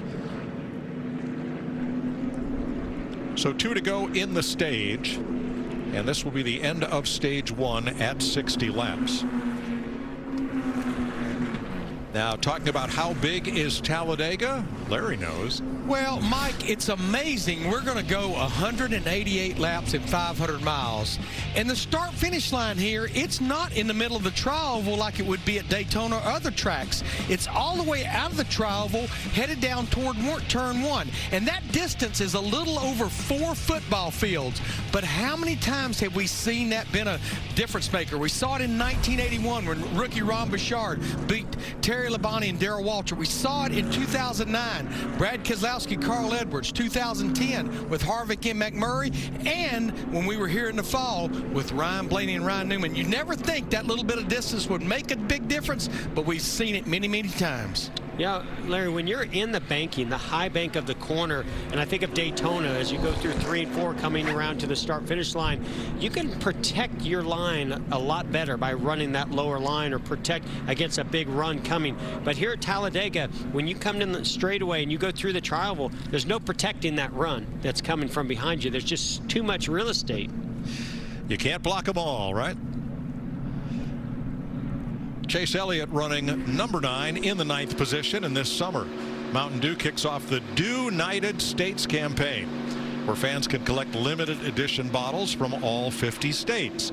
And each bottle gives fans a chance to enter to win $1 million. So collect your home state bottle today. And you know Chase Elliott's going to stock up on Georgia, and you can score Alabama right here at Talladega.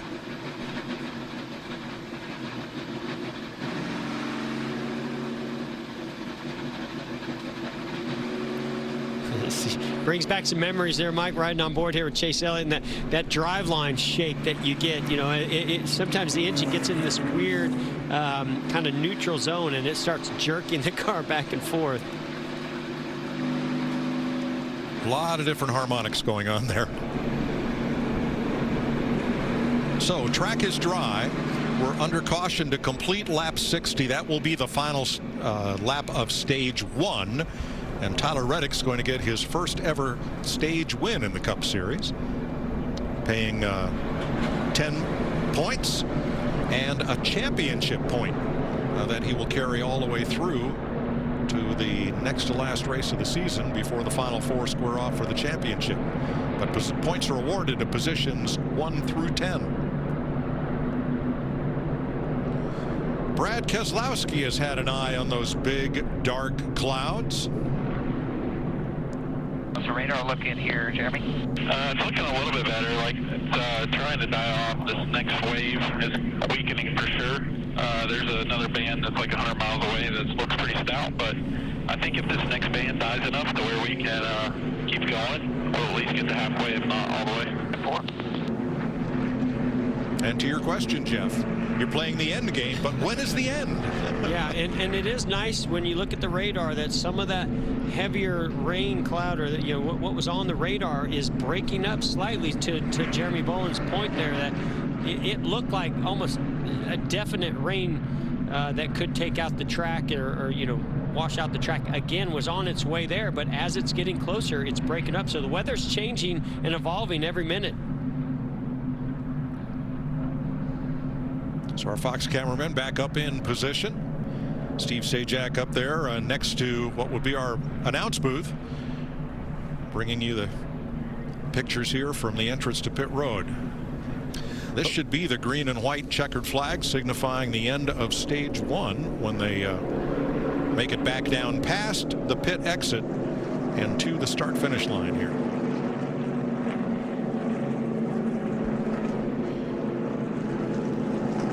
Third career stage win for Richard Childress Racing.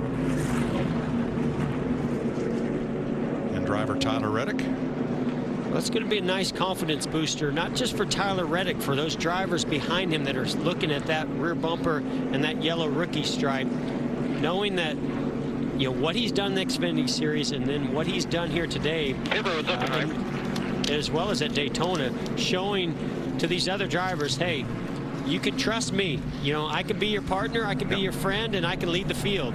And as we learned earlier, he's got a pretty good sense of humor. Pit road's open, right? We're supposed to pit. Stage is already over. Just kidding. Way to go. Oh, that's great.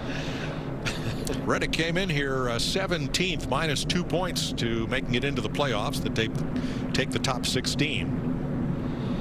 And where he is running right this moment, he'd be 12th in the point standings. And 12 is a big number because for next week's Saturday race at Pocono, the top 12 in points will draw for the first 12 positions, next 12 for the next 12, and so forth. But Mike, these guys around that cut line, they have to start thinking more and more and more about points, because when the checkered flag waves on this race here, we are halfway through the regular season, 13 down and 13 to go. So as much as it seems like we've been racing for eternity, the end of the regular season keeps getting closer and closer.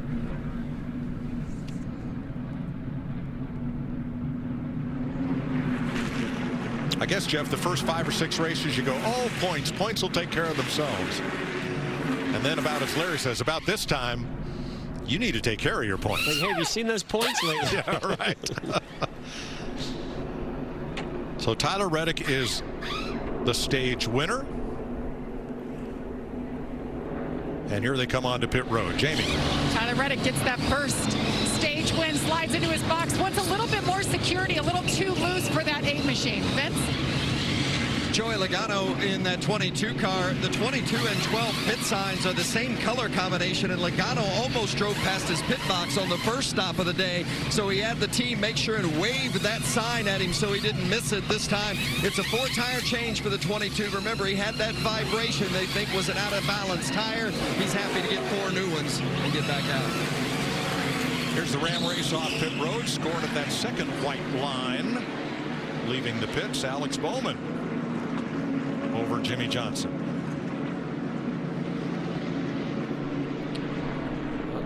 Fixing a little damage on Ricky Stenhouse Jr.'s nose. And from bump drafting? How could that be? Yeah, exactly. Mark Truex with a long stop here. So we dial up Tyler Reddick. Hey, Tyler, this is Jeff and Mike, the Fox Sports Studios. You got a copy? Yeah, I got you guys.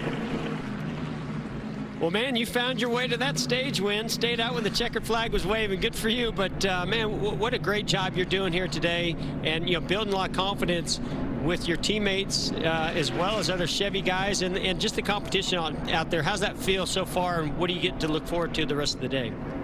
Well, you know, I was really unsure how our cars were going to drive in the draft here at Talladega, especially in the heat of the summer. But, you know, still very competitive. Handling still is pretty big factor, but I'm having a blast out here and just continuing to learn. Got a fantastic spotter, Derek Nealon, one of the best in the business, and having fun with Randall Burnett as well. So just total team effort, and hopefully we can continue this good run as we started today.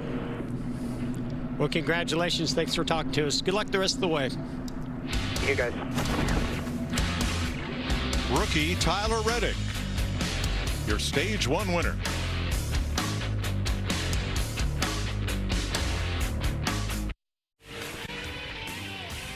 We're ready to restart the Geico 500 at Talladega after the end of stage 1. Here's one of the questions in the $1,000 Fox Bet Super 6 game. Which manufacturer will win today? It'll be Chevys on the front row for the restart, Bowman and Johnson, then 3 Fords, the Penske cars of Logano, Blaney, Keselowski. About half a dozen drivers, including Ricky Stenhouse, pitted an extra time just now to top off the tanks, and they'll restart out back. And we get to enjoy his path back to the front for what, the third time today, possibly. The other key element here is since all the drivers on the lead lap did pit, Denny Hamlin then found himself first car up behind the pace car and was able to take the wave around. So Hamlin, despite his problems earlier and going a lap down just before the caution flag, he is now back on the lead lap. Those 3 checkered flags up above the side window on Hamlin's car. Nobody else has that many this year. Tyler Reddick, just the second rookie ever to win a stage. Daniel Suarez won one at Watkins Glen in his rookie season. So the Ford Shelby GT500 that has the field in tow is about to make that hard left turn. And when they come out of the tri-oval, they'll be facing the green flag to resume at stage 2. Here they come to the Geico restart zone.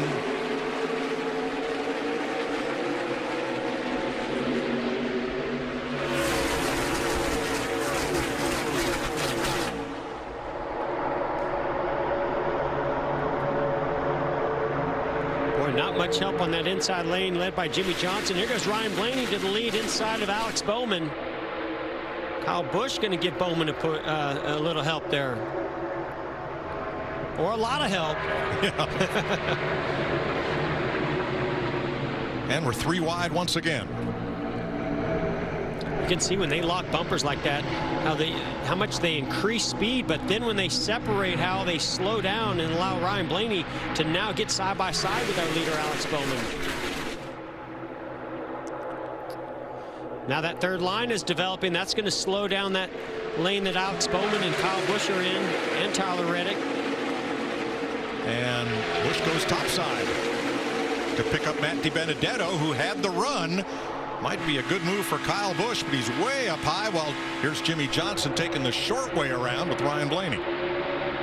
Tyler Reddick was getting a push from Alex Bowman to get that stage win. Now he's able to give a little help to Alex Bowman and try to get him back up to the front beside Ryan Blaney. 3 wide, 3 wide, 3 wide. Several rows back.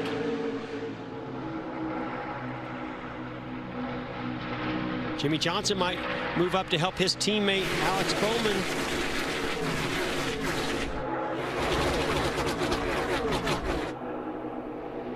Going to give Jimmy Johnson the lead right there. Oh, and if you were worried about Stenhouse restarting out back, don't worry. He's up to 7th in the outside lane. +8 since the restart. There's Ricky. Penske teammates, they have formed up, and they are going to be a formidable force on the bottom.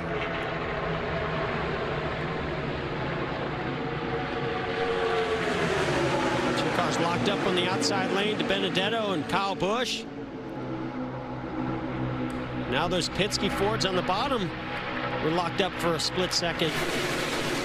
I think there was a car, Mike, that was in this middle lane that is led by Jimmy Johnson that decided to go either to the inside or outside lane. That's where they lost all their momentum. Ryan Blaney on the bottom, who won here last fall. Here's Chase Elliott, who won this race last year.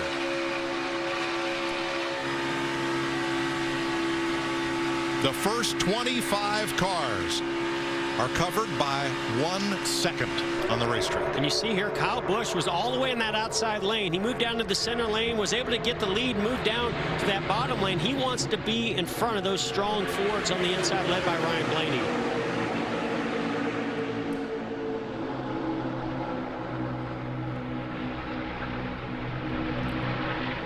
In case you're watching the weather, 26 laps to halfway. Blaney taking a look to the outside of Kyle Busch.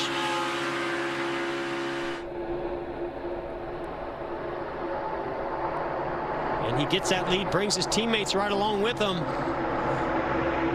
And another teammate there with Wood Brothers. Number 21, Matt DiBenedetto's, you remember, alliance there with Team Penske. They're perfectly positioned exactly where they want to be. When those 3, or in this case 4, Penske-aligned cars hook up, they are going to be hard to deal with.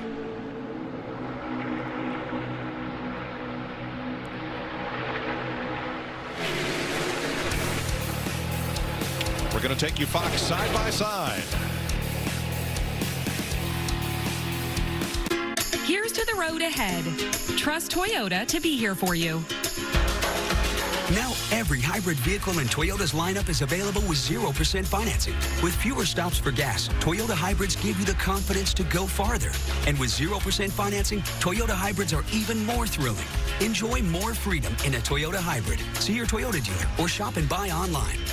All from the brand you trust, today and tomorrow. Toyota. The events of recent weeks highlighted the work we still need to do as a nation to condemn racial inequality and racism. We are committed to listening with empathy and an open heart to better educate ourselves. We will use this education to advocate for change in our nation, our communities, and most importantly, in our own homes. All of our voices, they make a difference. It is all of our responsibility to no longer be silent. We have a long road ahead of us. But let's commit to make that journey together. Together.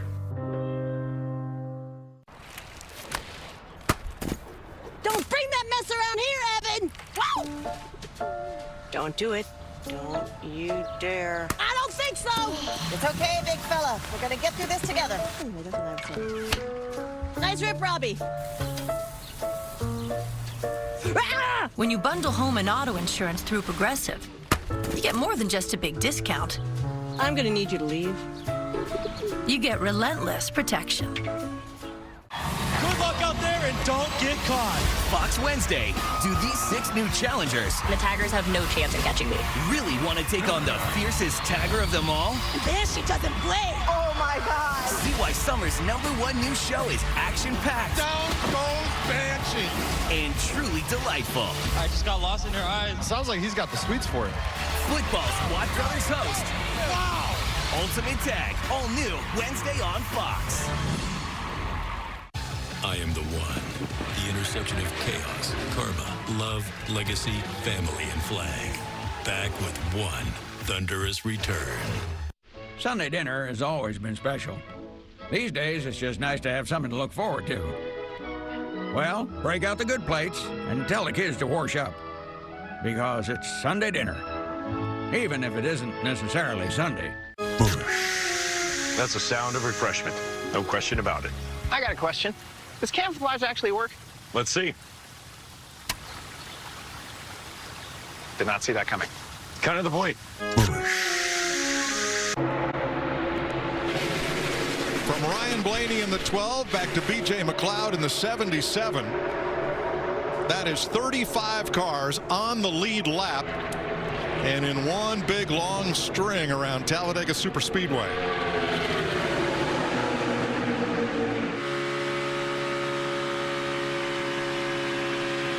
Blaney, Logano, Keselowski.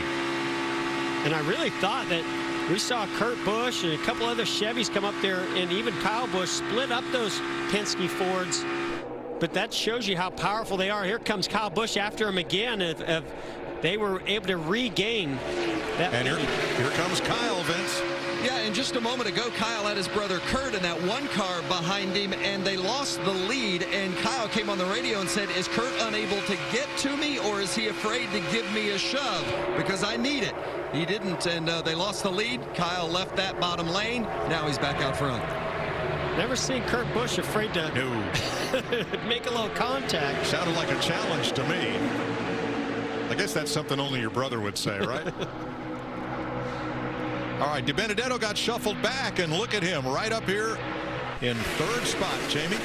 Absolutely. Earlier in this race, the 21 was so loose, he shuffled back just to avoid contact. They came in, they tightened him up. Greg Irwin, a nice job on those adjustments. Now he's running up front. This team was really excited to have Matt behind the wheel for this race. Here comes Chase Elliott in the far lane up the outside.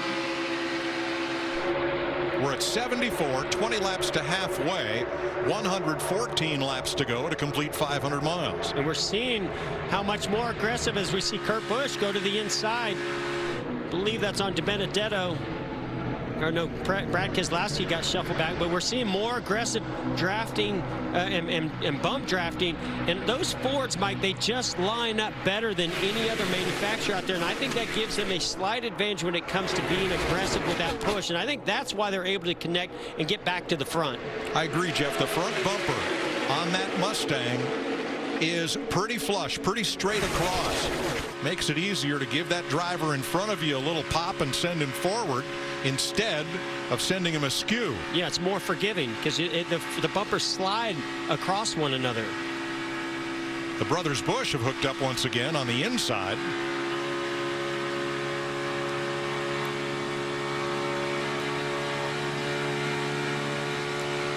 So let's show you something that's not quite as perfect a fit as Chase Elliott comes up to the back of Matt DiBenedetto. And you can see that indentation on the rear bumper. Now right there. You saw the center of the nose of Chase Elliott really get to the left side of that bumper with the 21 car, and that's definitely not where you want to be. And it shows you how much movement is going on among these cars in the draft. Really hard to line up exactly where you want to. And Chase Elliott getting shuffled out. Looks like somebody's coming to the inside as he goes to the center lane. They were 4 wide coming through the tri-oval. Yeah, that was Kyle Busch that got to his inside. And Denny Hamlin coming back up into the mix in 11th place. You heard Chase have to lift for the 17 of Buescher just in front of him. And here comes Brennan Poole. 18th. All that means is you're the 6th car back in the outside lane.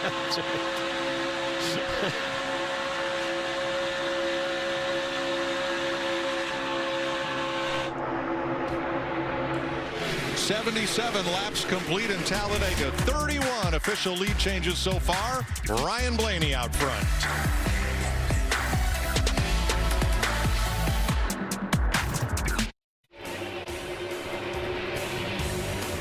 $80 laps complete in the Geico 500 at Talladega.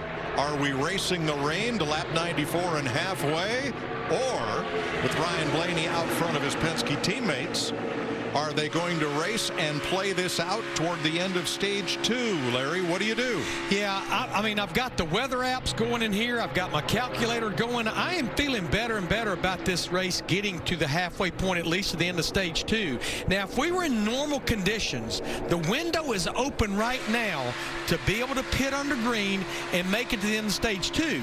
And that's normally what you want to do. But I think because that weather is still to some degree threatening, they'll probably go another 15 to 20 laps and run this fuel window out, and they'll have to pit with about 15 to 20 going this stage, Mike. But if it was normal, the window's open now, and I think we'd start to see some drivers peel off. Well, and Larry, on top of that, I'll add one more. These guys, the bump drafting is getting more and more aggressive as they try to get up there and battle with those Fords up front.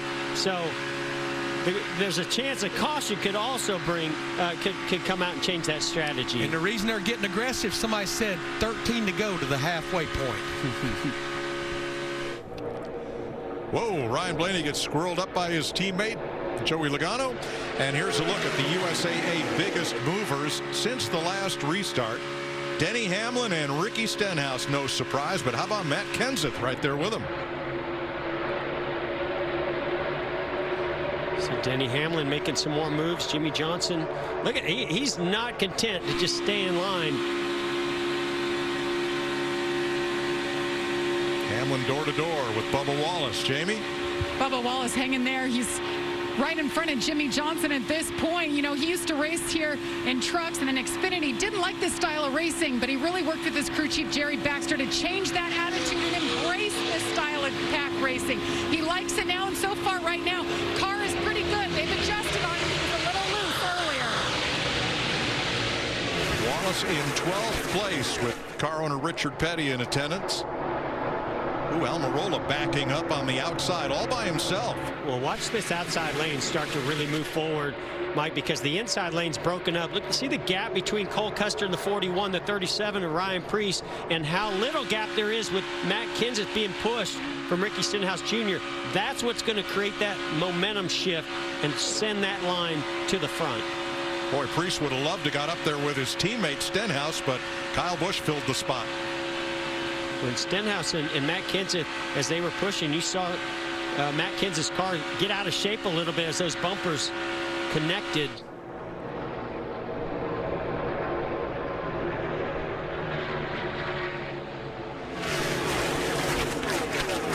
Just really hard to battle those four Fords that are so disciplined and so well connected, and when you stay that committed to one another, makes it very difficult for anybody to really make a move on you. And they've been split up a couple of times and been able to reorganize very quickly.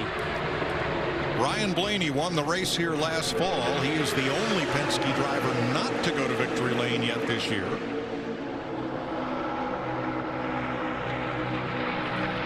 Well, we saw Kyle Busch get shuffled back, but now he gets to the rear bumper of his brother, Kurt Busch. Jimmy Johnson coming to help. Alex Bowman. Denny Hamlin kind of in nowhere, no man's land as they were 4 wide for a split second. He's going to be able to fall into that middle lane, maybe make some ground. Yeah, this middle lane, if they can get formed up, do a little bump drafting, they can make something happen here.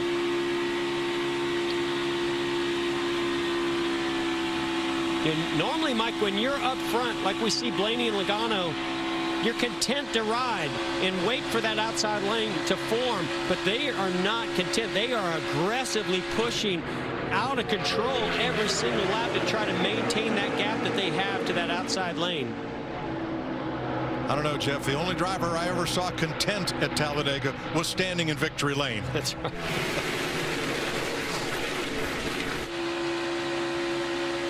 Oh, Ryan Preece gets shuffled to the outside lane. Yeah, that's not going to work well, is it? There's the difference in speed when you lose the draft and in that outside lane. These cars are going by. We're at 10, 12 miles per hour faster than you are. And even Chase Elliott knows he's not carrying enough speed for even he to help out.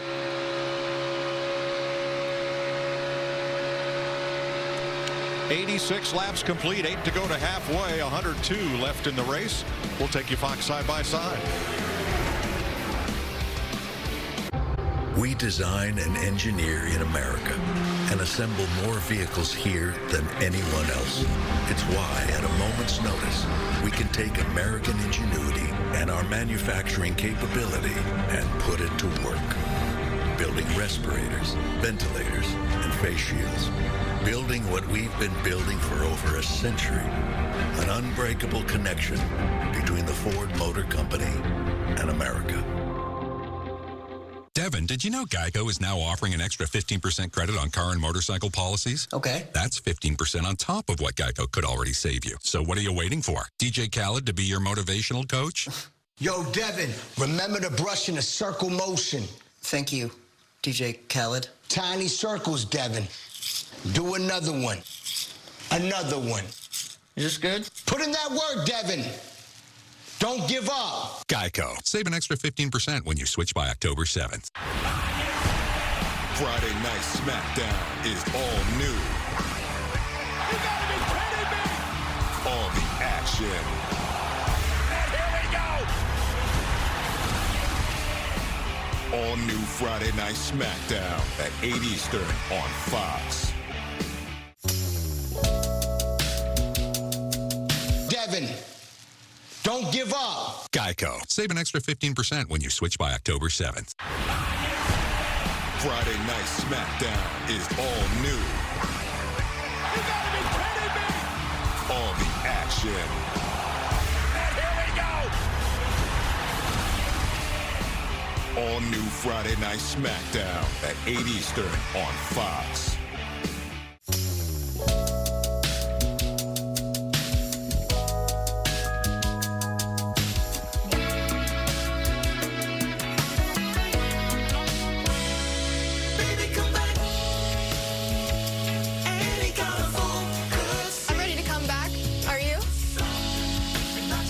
Delivery. curbside, and now safely reopening our restaurants. Hooters, welcome back to feeling welcome.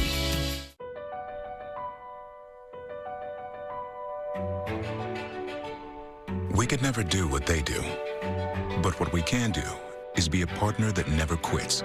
Verizon is the most reliable network in America, built for interoperability, and puts first responders first, giving their calls priority 24/7. We do what we do best, so they can too.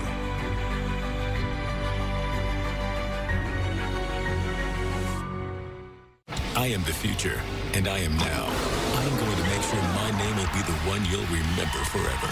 I am the NASCAR Xfinity Series.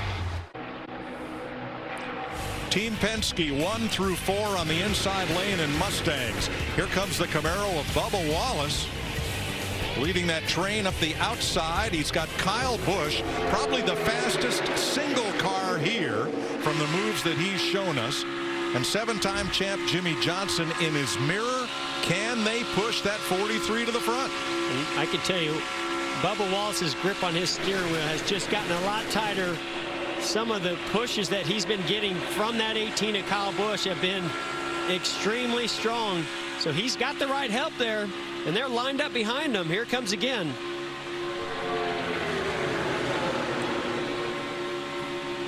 Four laps to halfway.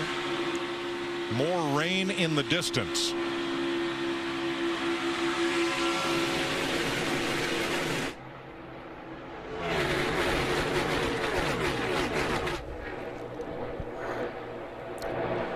You know, Mike and Jeff, I've been monitoring when these guys would have to come to pit road. And one driver I'm looking at is Denny Hamlin in the 11. He's sitting back in 19th. He's back on the lead lap because he took the wave around. But by my calculations, he can only run about another 6, 7, maybe 8 laps on fuel because, remember, he didn't pit the last time. But what I am seeing, he's rolling out of the throttle a lot because of where he's running on the racetrack, trying to save fuel because, remember, you don't want to pit by yourself here on the green.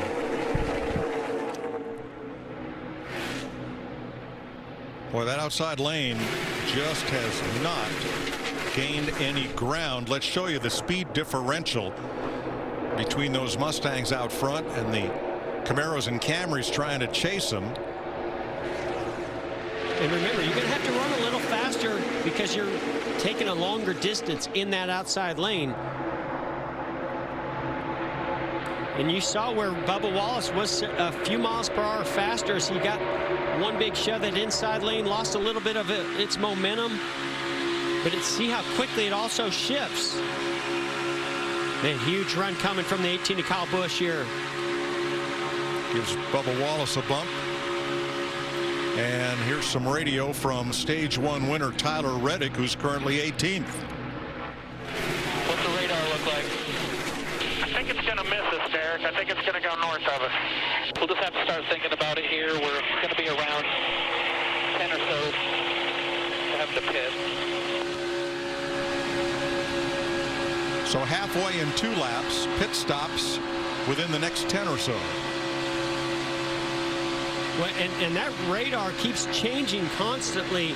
At one point, it looked like it's definitely going to hit us. The next, like 2 minutes later, all of a sudden it dissipated. So Larry Mack, these crew chiefs have got to be going crazy down there on pit road. I told you, I just don't know how much more I can take. You saw the dark clouds off the corner there. But will Mother Nature put an early end to this one? Halfway next time by. And a big cheer goes up from the Steve Burns studio at Fox Network Center, Charlotte.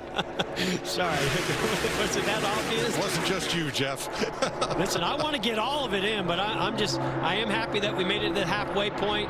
This thing will be official if the rain comes, but man, we got a lot of racing, a lot of action left to play out. All right, we're going to take our pit stop now so we can be back for theirs. Ryan Blaney leads at Talladega.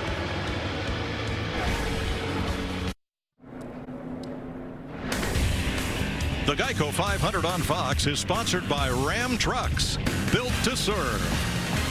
And by Credit One Bank, the official credit card of NASCAR. Perfect for race fans.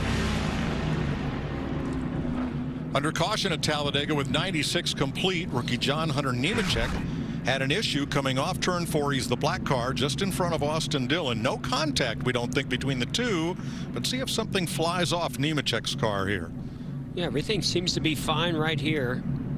Right there, you see a piece of debris or a piece of rubber flies off. There's another piece, and this car starts to swerve to the left like it has a left rear tire going down, and he loses control. And that puts us under the 4th caution of the day, and the first one for an on-track incident. And there you see that left rear tire clearly down.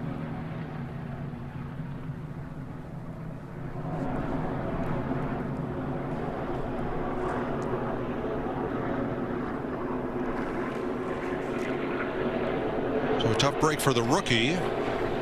B.J. McLeod will get the free pass on this caution flag, and here they come to pit road. Jamie. Bubba Wallace in the 43 riding some momentum, finished 13th or better 3 of the last 4 races, and he's been running top 10 here. Bubba's saying don't touch it, this car is good and it doesn't matter where I'm driving. It'll be a 2-tire stop for the 43, Vince. And for the 12 of Ryan Blaney, who won here last year, he pits from the lead. It's just going to be 2 tires for Blaney, right sides and away. He'll be the first one off pit road. 2 for Chase Elliott, for William Byron. A lot of 2-tire stops here. Yeah, playing that track position strategy right now, except for the 11 of Denny Hamlin. So Nemechek brings out the caution flag. We're just past halfway in Talladega.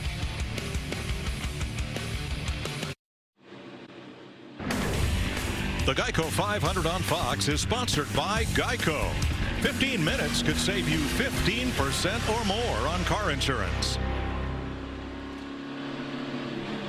90 laps to go in the Geico 500.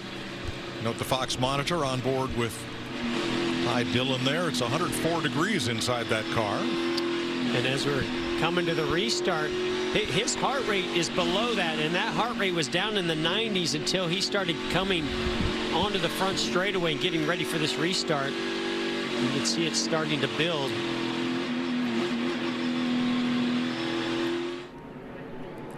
.22 laps to go in stage 2 as we approach the Geico restart zone. Blaney and Keselowski on the front row.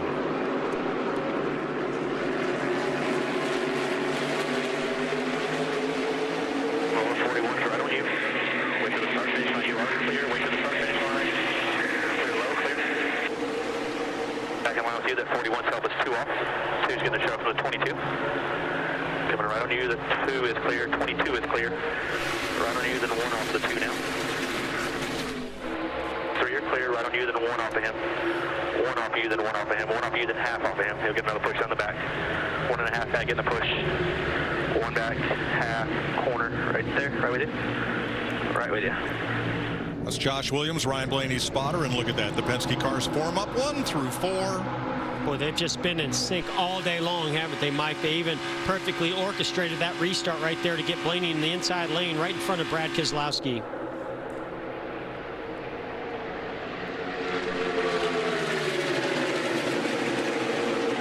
Christopher Bell hanging right with them, the first Toyota, and then William Byron, the first Chevrolet, in 6th.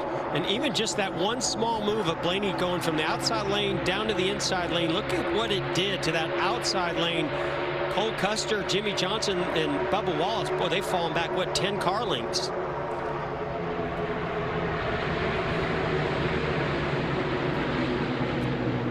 Chase Elliott was trying to make a 3rd lane work there. Back at 22nd place.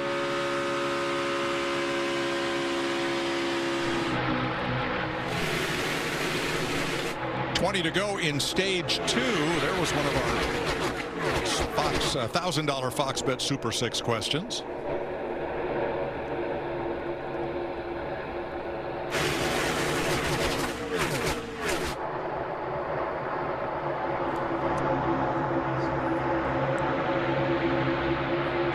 Ricky Stenhouse peeks out. Now he's going to lead the outside line.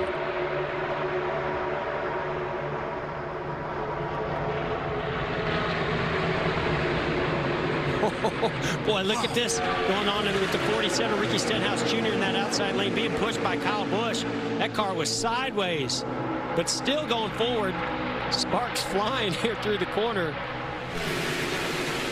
35 lead lap cars, all contending here. And remember, that 47 car, Ricky Stenhouse Jr., was the pole sitter at Daytona. We know that's a fast race car. Look at him being pushed down this back straightaway. Wow. Now, had that push been on the left rear bumper, that would have spun Ricky Stenhouse out. But because it's on that right rear, it keeps a little bit of downforce in that car and doesn't redirect the air, doesn't make that left rear get light, and allows him to keep it going straight. But that was some great driving.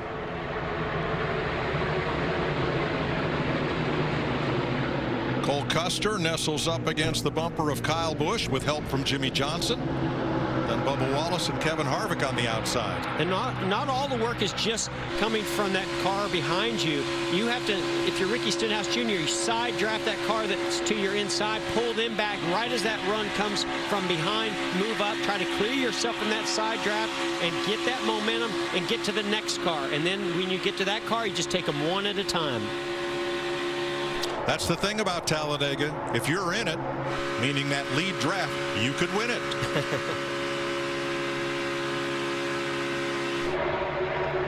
And you saw right there, Ricky Stenhouse Jr. was able to get to that next car. He got to DiBenedetto. That broke them up. Now he's going to start working on Logano. For more about side drafting, Larry. You know, Mike, I was working with Dale Earnhardt Sr. in the late 90s, and I saw him do this, and I had no idea what he was accomplishing. So let's use our Ford cutaway car to show you side draft. You see the car approaching on the left rear. He's going to move against that car he's trying to pass, and it looks like he's going to pick speed up, but it's not. It's stacking air on the rear spoiler of the car he's passing and in that left rear wheel well, and it's slowing that car down. It's not speeding the driver up that's making the pass. It's just slowing the driver down, and we're seeing more and more drivers that know how to perfect that. And it works the same way on the right side of the car as we're seeing that outside lane do on those Fords on the inside. There's Nemechek. Look at him in the 38 after just bringing out the caution. He's right back up in the middle of the fray in 11th. In fact, if you look at the first 12 cars right now, only 2 of them have been in victory lane this year, and that's Keselowski and Logano. Not even Kyle Busch has won this year. Where Keselowski is getting there. They're down on the apron. As you saw Joey Logano push Brad Keselowski, drop those left sides down on that apron, got the car upset a bit. Now they've broken up the lead. Here comes the outside where Stenhouse is going to take the lead, or at least get side by side for it, which we've not seen. Kyle Busch has been the best pusher of the day.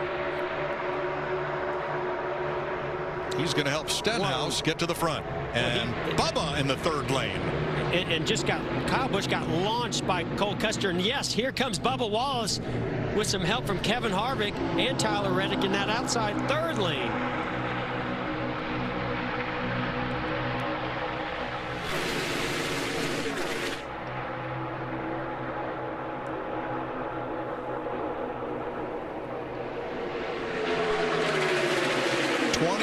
Cars covered by 1 second, 33 cars within 3 seconds of the lead. What does Joey Logano need right now? I can't see you. He's got the information of Brad. Brad is, he can't see nothing. He's tight on him. He's tight. He's tight. He's tight. He's tight. They're side by side in your mirror now. They're outside the 21. They pushed them apart now. 1 apart. 2 apart. And so what Joey Logano is saying, he's so close to the rear bumper of the 2 of Brad Keselowski in front of him, he cannot see what's in front of the 2. Here comes Bubba to the outside. So he's trying to get his spotter to give him more information so that he can focus on that bumper and not have to worry about what's in front of them. Boy, the outside line was coming and then stalled out.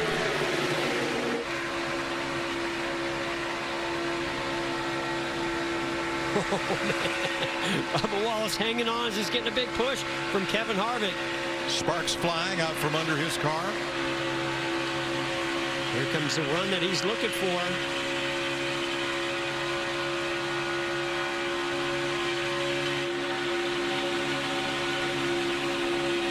Clear track ahead of Bubba, but getting there, that's the problem.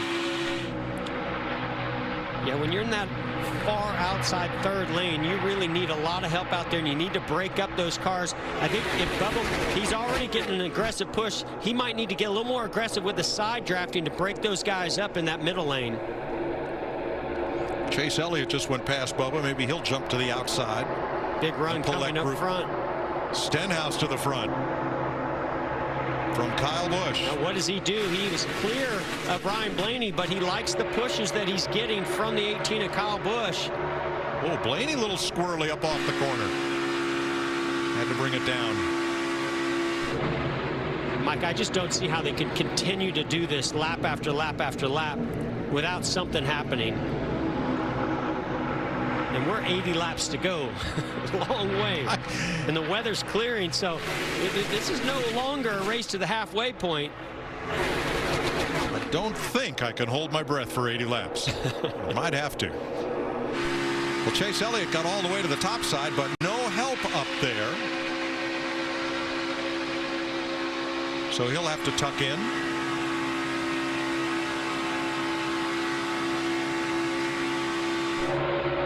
You see how aggressive Brad Keselowski's being in the banking, in the corner. The cars are actually stuck to the racetrack a little bit better. Even though you're cornering, there's more grip, and so you can get a little bit more aggressive. But on those straightaways, even though he's pushing, you got to be a little more careful to watch if that car gets out of shape in front of you. 35 lead changes so far, and that's only measured at the start-finish line. Now, I got to believe right now, Ricky Stenhouse Jr. is thinking, if I get there again, I might have to jump down in front of that lane. Whoa, De Benedetto shoving Logano. Oh, he's going to get shuffled out as Christopher Bell comes to the inside. Yeah, Matt just got up a little too high, and that opened up the bottom for the 95. And with him comes Byron and others. Dylan moving up on the inside. That was an opportunity for Stenhouse and Kyle Busch, but unfortunately they hooked bumpers and got a little bit out of shape, had to check up a bit. They're reforming that line now. You're riding with Ryan Preece, bumping with rookie John Hunter Nemechek. Nice recovery since that flat left rear tire on John Hunter Nemechek. Find his way back into the top 10. They are second and third on the outside, led by Johnson. Watch the green car, Kyle Busch. He is coming hard on Stenhouse to give him a shove and maybe put him back to the lead. Look at the momentum from that middle lane, and then Stenhouse stalls out. And you saw Jimmy Johnson get a big surge of momentum. Look at that roof, or that hood flap popping up. Oh man, Stenhouse holding it tight to the outside of Ryan Blaney. Oh, that's really broke them up right there. Now they're free and clear. 2-3 cars might be clear, the 12 car Blaney. Do they drop to the bottom? Absolutely. Yes, they will. Stenhouse from Olive Branch, Mississippi, the former dirt driver, has brought his JTG Doherty Chevrolet to the front. Bubba Wallace moving up in front of Jimmy Johnson, that third lane.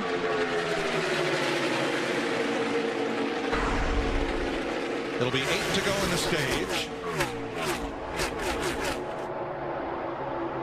76 laps to go in the race. I always forget, Mike, how aggressive and how badly these teams are going to fight for those stage points and that one playoff point that's available to the winner of this stage. Oh, here comes Blaney with a big run again. Goes to the outside of the 18, and Kyle Busch. Now Stenhouse moves up to block him. Stenhouse blocks them and leaves his drafting partner, Kyle Busch. Unbelievable the runs that those Fords can get.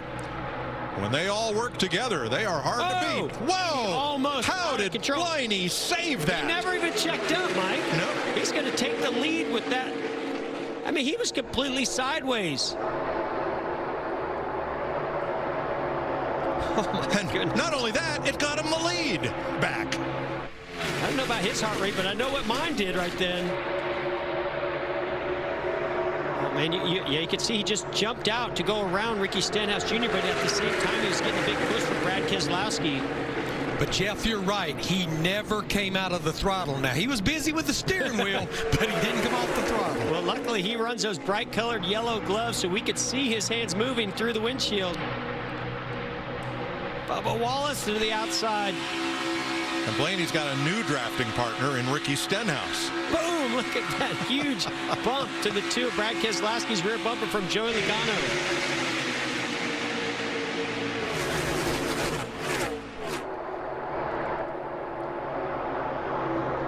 Well, if they were trying to break up those Penske Fords, they at least accomplished that for the period for right now.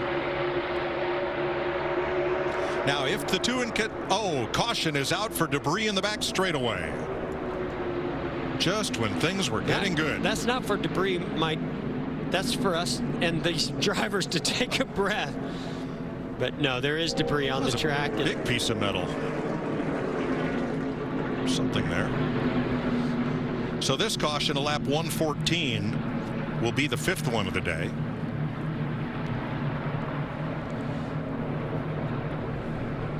Now what do you do here, crew chief, as we wind down these laps if that pit road opens before this stage ends? Well, and I think we'll get back to racing, Jeff. There's no question before this stage. But no matter whether you pit here or you pit at the stage end, you're going to have to pit one more time. If I'm up there and I'm battling for these stage points and I'm battling for the stage win, I do not pit right here. But if I'm back there, let's say outside the top 15, you know what? Come on and pit now and then stay out at the end of the stage and get that track position. I think we'll see some drivers stay out. I think we'll see drivers pit right here. Yeah, be a wide variety. We saw the AMR safety team moving quickly, pick up that piece of debris, make sure that nothing else was up there. I got to see this again. I could watch this all day long, Mike. What Ryan Blaney did there. I was waiting for Ryan Blaney's car to go completely around. See, he jumps out. As he does, he's being pushed by Brad Keselowski. Luckily, Brad Keselowski sees it, checks up. But look at the hands through the windshield, Ryan Blaney, and how many corrections he had to make inside that car, but never lifting off the throttle to keep it going straight and take the lead. At 197 miles per hour. We listen in on Brad Keselowski. I think you'll get a lot of guys pit and then stay out at the stage, you know what I mean? If you can win the stage, it's worth it. Let's go try to do that, Jeremy. Sounds like Brad knows what he wants to do. Well, I like that. There's a fellow with a couple of wins in his pocket. So adding on those stage points, which are certainly going to be helpful, in that one golden ticket that helps you all the way through the playoffs to the penultimate race. Sure, let's do that. Just for the record, Jeremy Bullins and I did not rehearse that.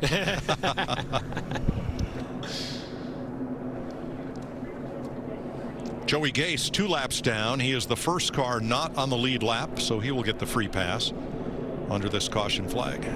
Wow, pretty far back before we get any takers. So Ryan Preece, the first car to come onto pit road. He was 15th. So we'll finish off stage 2 when we come back. Rain, rain, stay away from Talladega.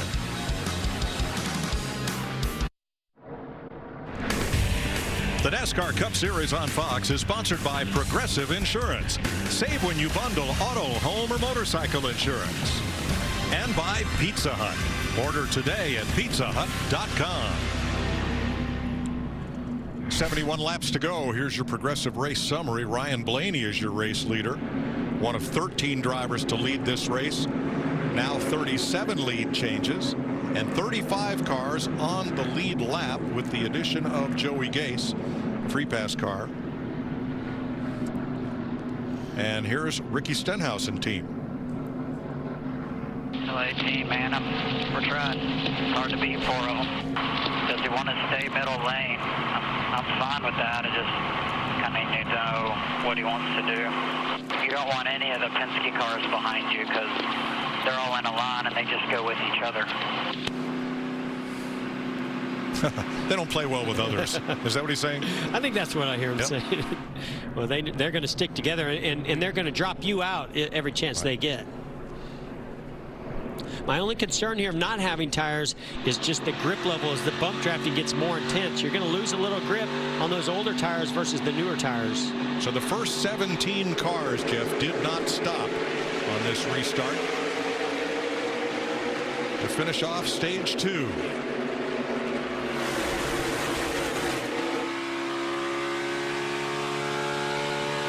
I really thought Brad Keselowski timed it perfect, but then he faded back. But now, wow, what a huge run and slam to the rear bumper of Ryan Blaney. That's how confident they are in pushing aggressively. But Kyle Busch gives Stenhouse a big shove on the outside.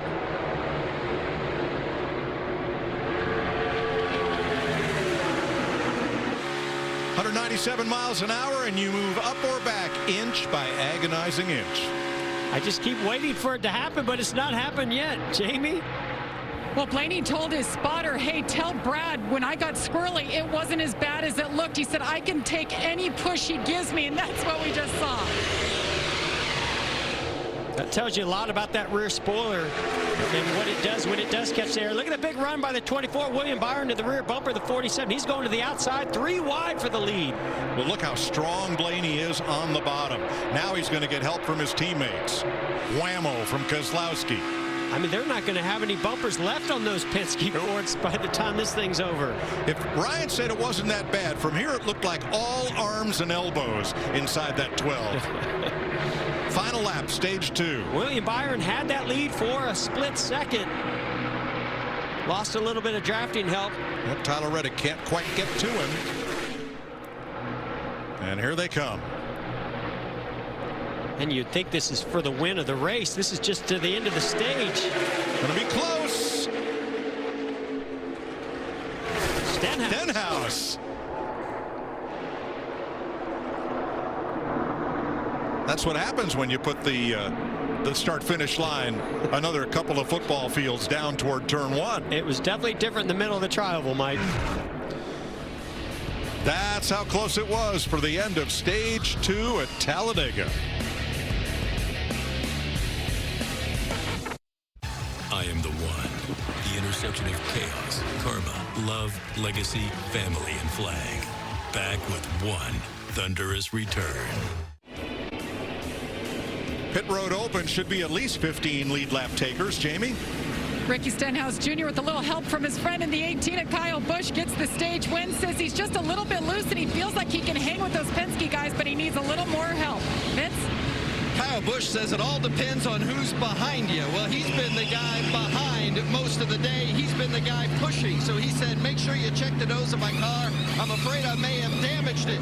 4-tire change. The front end looks good, and a little piece of tape, and the 18 is away. Here's your Ram race off pit road. Number of drivers getting fuel only and leaving the pits first. Bowman, Elliott, Boyer, Preece, and Almirola. Well, that's going to shake things up. Say we dial up Ricky Stenhouse Jr., stage 2 winner. Hey, Ricky Stenhouse Jr., Jeff and Mike here in the Fox Sports studio. You got us? Yeah, Jeff, I got you. Well, man, congratulations, first of all, on that stage 2 win. Man, this has been your playhouse today. You have absolutely passed more cars than I think anybody here today. The car looks so fast, looks in control, and you got a great pusher in Kyle Busch. Now, how do you get that done in this final stage?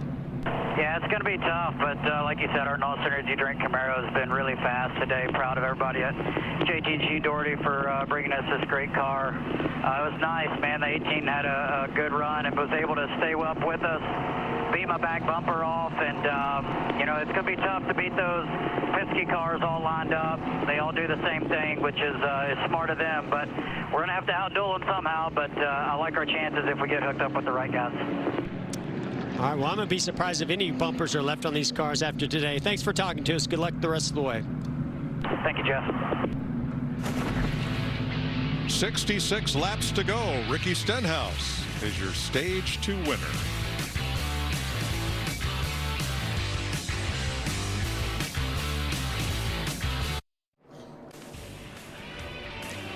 .64 laps to go in the Geico 500 at Talladega, ready to begin stage 3 And let's assume we're going to go the full distance, 64 more laps, Larry. What's your Credible.com race strategy?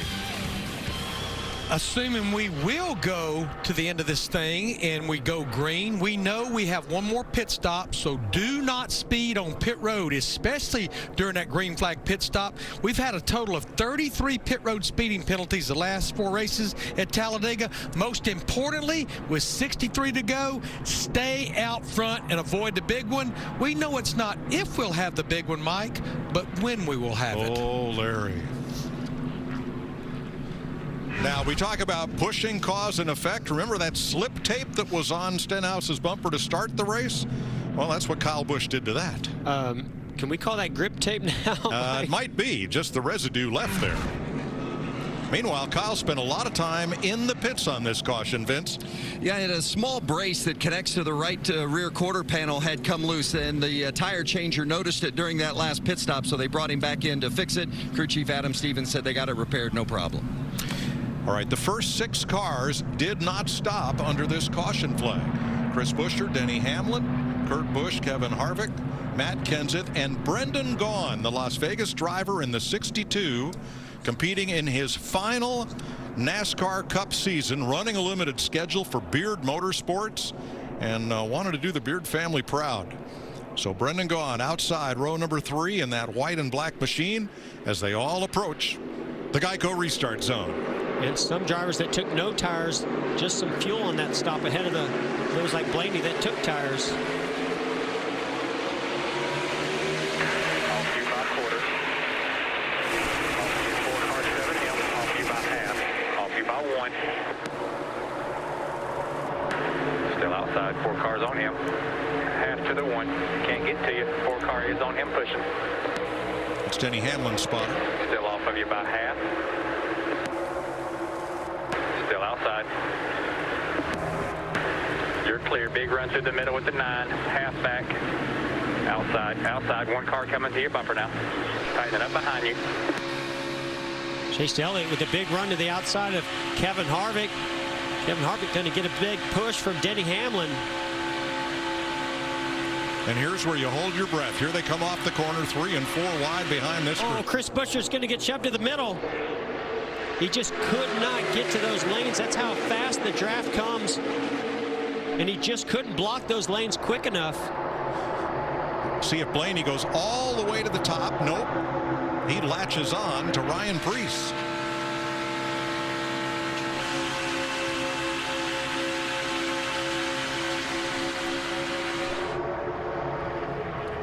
Preece looking at Chase Elliott in trouble. With an issue.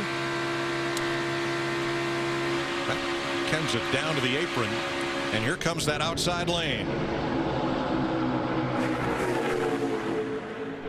We saw Matt Kenseth just jump out of line in a hurry to go down to the apron to slow down. Elliott and Preece coming to the front.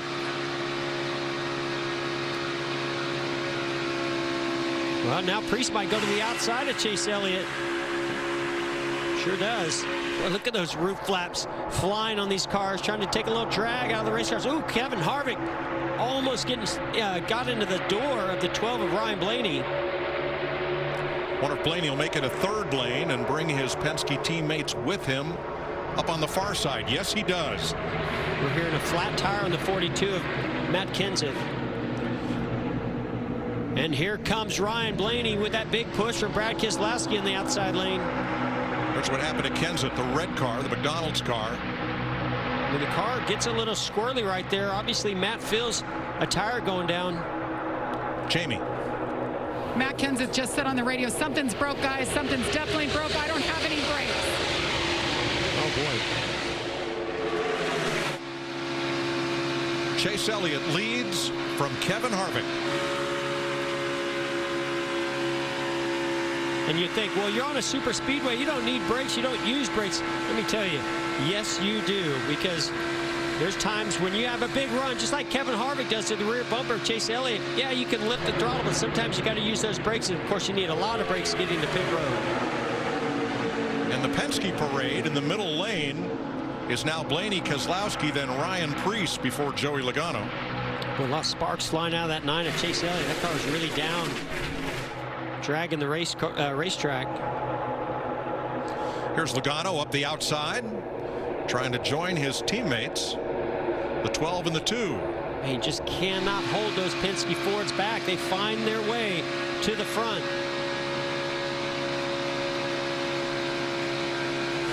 Kevin Harvick right up at the front behind Chase Elliott. The number 4's average running position today has been 20th, and here he is right up front for the lead. He's beating the camera off the rear bumper of that car. Here comes Denny Hamlin to the middle lane. But Joey Logano with a big push from William Byron to the outside. Ooh, Denny Hamlin gets a little bit loose right there.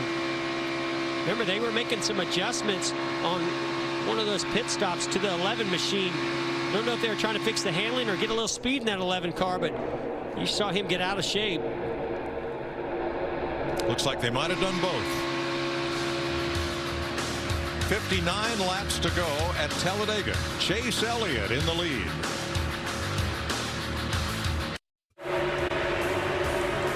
$55 laps to go at Talladega. Here's another of the questions in the $1,000 Fox Bet Super 6 game. Oh, big spin. Chase Elliott. And everybody scatters.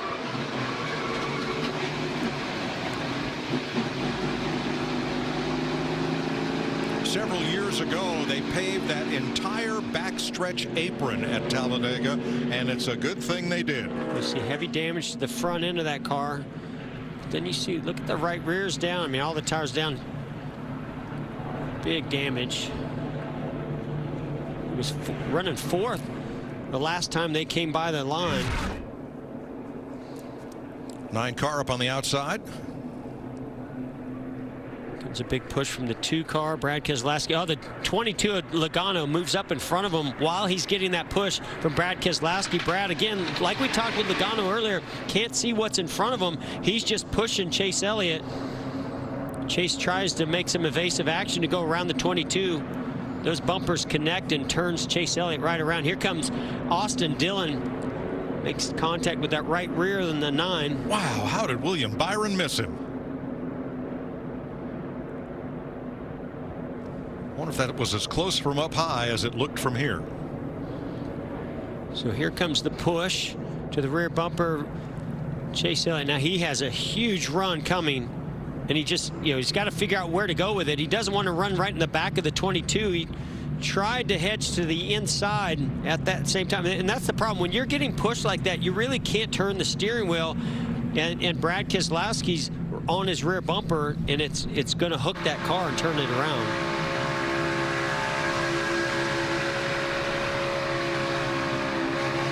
You saw that very last little bit of contact.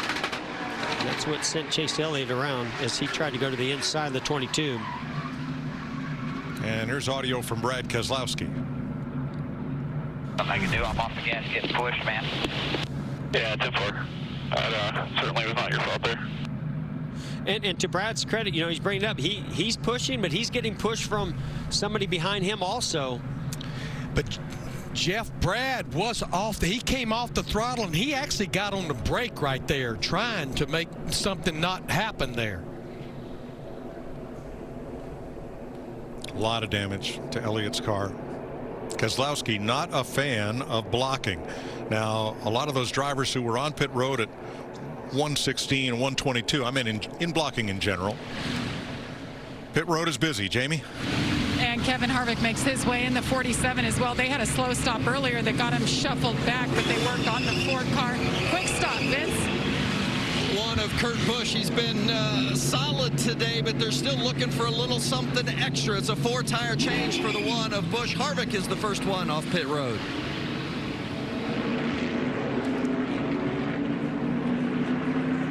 Harvick, Hamlin, and Stenhouse.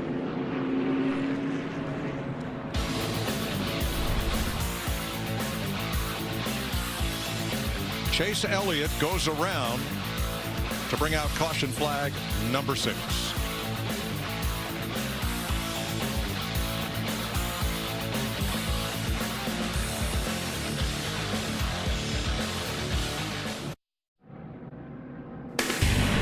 The Geico 500 on Fox is sponsored by Coca-Cola, a premier partner of the NASCAR Cup Series. And by Credit One Bank, the official credit card of NASCAR. Perfect for race fans. 52 laps to go under caution at Talladega. So let's take a look at today's Credit One Bank ones to watch. Well, Mike, I got the first picks. I'm going Ryan Blaney. Ryan Blaney has won at Talladega. He's led 4 laps today. He's led a bunch of laps here in 2020 without a win. I think that win comes today. Well, Jeff, not only is Joey Logano one to watch, he's fun to watch. I mean, nobody probably pushes better than Joey Logano. He has 3 wins, top 5s in 4 of his last 5 Talladega races, but he might have to beat his teammates. Started out as a very emotional day for Bubba as everybody came together to support him, but he put his helmet on and went to racing. He was running up in the top 5 at one point. He's mid-pack now, but remember, he almost won the Daytona 500 2 years ago. Keep your eye on the 43. I really wanted to take Brennan Poole, but Kyle Busch has won at every track on the circuit except the Charlotte Roval since he last won here at Talladega in 2008. I think he is the best car on the track right now that is not a Penske Mustang. Those are your Credit One Bank ones to watch. Brennan Poole was in the top 6 when we made our picks. Could have gone with him, Mike. He's having a great day. Let's take another look at what happened. Brad Keselowski said he was pushing and he was being pushed. Let's see what the aerial coverage shows. So you can see the 47 of Ricky Stenhouse Jr. is behind Brad Keselowski. Let's see when that contact happens. Here's where he makes contact with the 9. The 22 moves up. I don't know. That doesn't look to me like Stenhouse made contact with Brad Keselowski until after the 9 started turning. Boy, there's been a lot of bump and run today. You can hardly read the Mustang on the bumper of any of these cars except Blaney's, because he's been out in front for 54 laps thus far. Chase is going to make it back in the race, but not be much of a factor. Yeah, I don't know if that car is going to be able to continue on. That's heavily damaged. It's just got to get to minimum speed so then that they can get the damage policy clock off, and then they can go back to work on that car.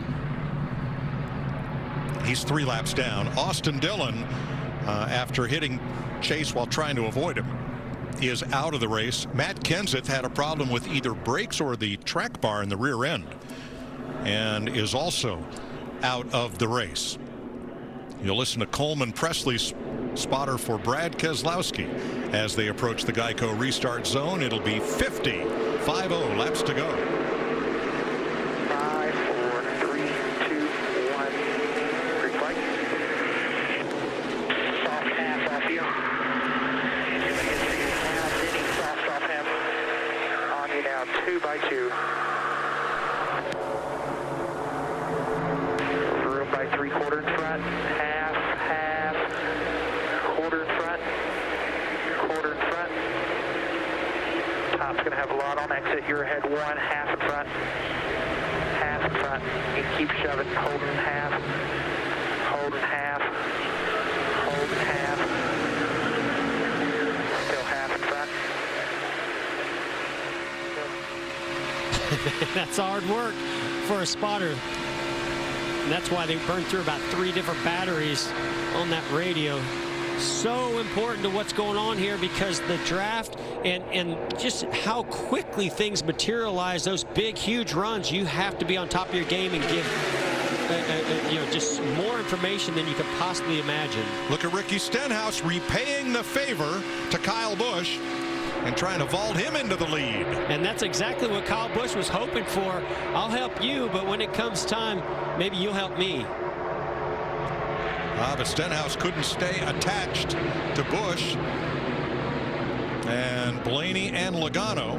And look who's 1, 2, 3 in that bottom lane. Ryan Blaney, Joey Logano, Brad Keselowski, all at Penske, and they've got another Ford teammate, basically a teammate here today in Kevin Harvick.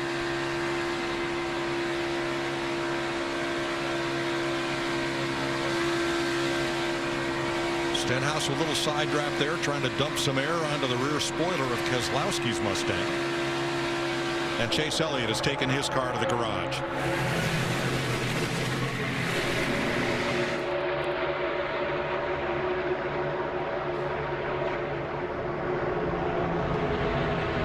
How about Daniel Suarez up there in the lead pack right behind Harvick in the 96? Yeah, great job by him hanging in there, avoiding some of these incidences.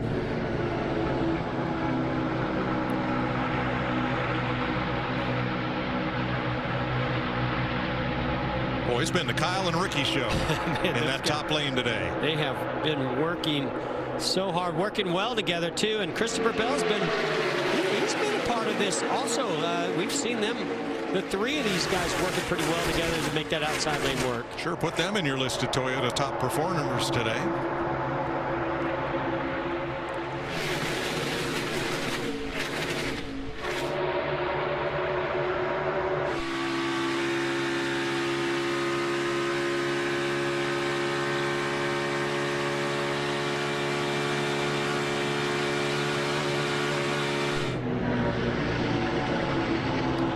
They made it look easy today, Mike, where the Penske Fords have been able to get together.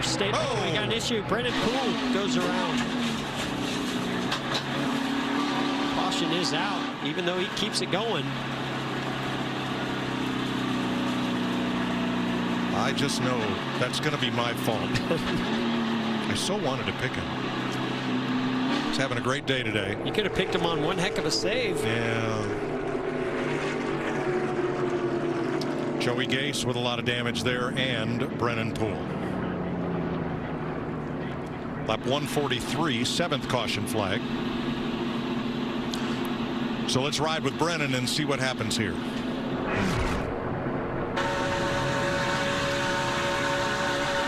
that middle lane, riding along. Everything seemed to be going well. Well, I don't know. The car just got loose. Didn't look like he had any contact from behind. Maybe a tire went down, but that car just turned around on him going into the corner. Well, if so, then what happened to Joey Gase? Yeah, that's the real question.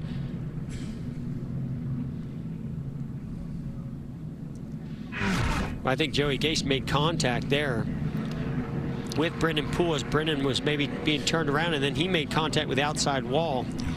You know, Mike and Jeff, this is an interesting caution, because when you look at the three Penske drivers of Blaney, Logano, Keselowski, Kyle Busch in the 18 car, they were going to have to pit with about 15 laps to go, because remember, they have stayed out. I think they come here for fuel only, but now those drivers that pitted under that last caution, they probably can stay out here, and with these cautions being able to save fuel, I think they can make it to the end.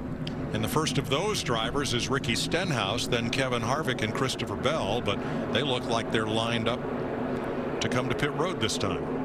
Quinn Houff will get the free pass for the second caution in a row. That will put him back on the lead lap. Jamie.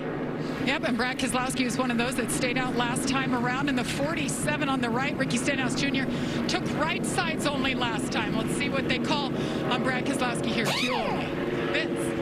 In the top three, Ryan Blaney, Kyle Busch, Joey Logano coming as well. There's Busch on the left-hand side, Blaney on the right. It's a 4-tire change for Kyle Busch. Right sides only for the 12 of Blaney.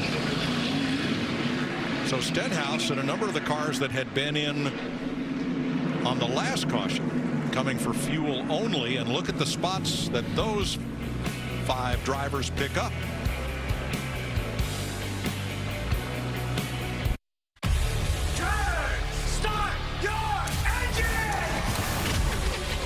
It's a doubleheader weekend of NASCAR Cup Series racing live from Pocono. Saturday on Fox. NASCAR's finest take on the tricky triangle. In the Pocono 325. Then Sunday on FS1, it's the Pocono 350. NASCAR's live, Saturday on Fox and Sunday on FS1. 44 laps to go in Talladega in the Geico 500. After pit stops, 6 drivers stayed out. So Christopher Bell is your leader. Here's a look at a race recap sponsored by Advance Auto Parts. An emotional pre-race as NASCAR closed ranks and rallied around driver Bubba Wallace. The King, Richard Petty, came for the first time in several months. He's been to a race, and all the drivers and crews followed Bubba's 43 down to the head of the grid where the national anthem was played, and in a show of unity around the driver of car number 43. Then it was on to business. Denny Hamlin getting up and into the wall, suffering damage, but he's now back on the lead lap in 11th place. Under caution for the finish of stage 1, rookie Tyler Reddick getting his first stage win in the Cup Series. Ricky Stenhouse getting his first of the year, winning stage number 2. Chase Elliott getting tipped by Brad Keselowski and going around into the wall and collecting Austin Dillon. Both those cars are out of the race.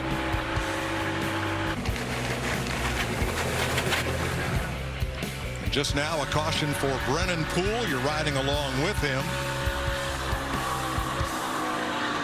as his car goes for a slide and spin. And Joey Gase also receiving heavy damage in that one. With 43 laps to go, looks like a few drivers may have come in to top off fuel for this run to the finish. And we'll listen in on Martin Truex talking fuel. Think you can make it from here? It's super close. If we could just hang on to the back and save, that's probably our best bet right now. Then we just never come back. First speeding penalty I've heard today. Matt DiBenedetto too fast entering pit road.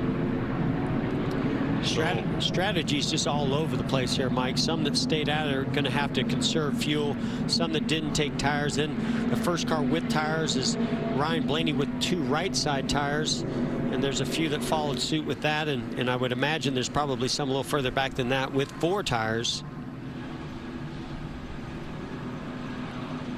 Joey Gase has gone to the garage where he will join Chase Elliott, Austin Dillon, and Matt Kenseth. Kenseth having problems with either the rear brakes or the track bar and out of the race early. There are 32 cars on the lead lap. Brennan Poole, Timmy Hill, Garrett Smithley, J.J. Yaley are laps down. And the 2 drivers on the front row, Christopher Bell and Eric Jones, did not stop under this caution. And it's the first time Bell has led laps in the Cup Series. As we get ready to restart, it'll be 42 laps to go.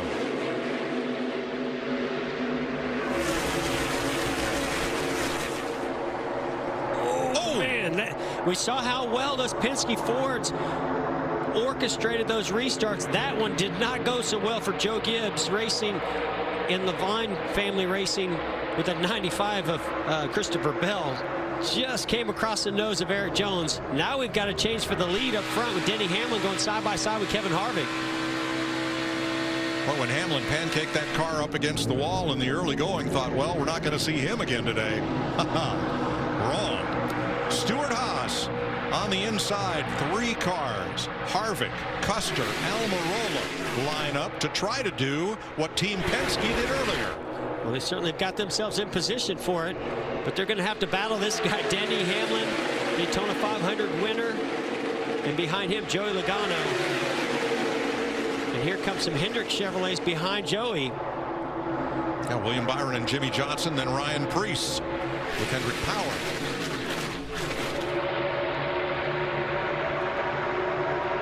Jeff, the Toyotas have been fast by themselves. They've been good pushers, but I haven't seen them link up together very much today. Yeah, I don't know if it's just, they really started this strategy of working together as a manufacturer and as a team and showing some of the other manufacturers how to get it done. But today, we have not seen those Toyotas be able, either by choice or just it hasn't worked out to be able to get them connected. All right, Christopher Bell has been posted by NASCAR. Note the double yellow line on the inside of the track. You cannot go down there to pass, and you cannot force another car below the yellow line, or NASCAR may take action, and that's what happens on this restart. Or does he change lane? No, he doesn't change lanes before the start-finish line. Okay, so he goes down there. And for forcing Jones below the yellow line, Bell gets a penalty. And I agree with that. They don't call that very often, but I do agree with that. Larry, correct me. I believe that'll be a drive-through, a pass-through penalty down pit road. It will be a pass-through penalty. They won't have to stop, but they're going to be on borderline going a lap down. Kyle Busch with the big issue. Went to the top of the racetrack as if perhaps a tire issue, and drops toward the back. Is it the left rear maybe down?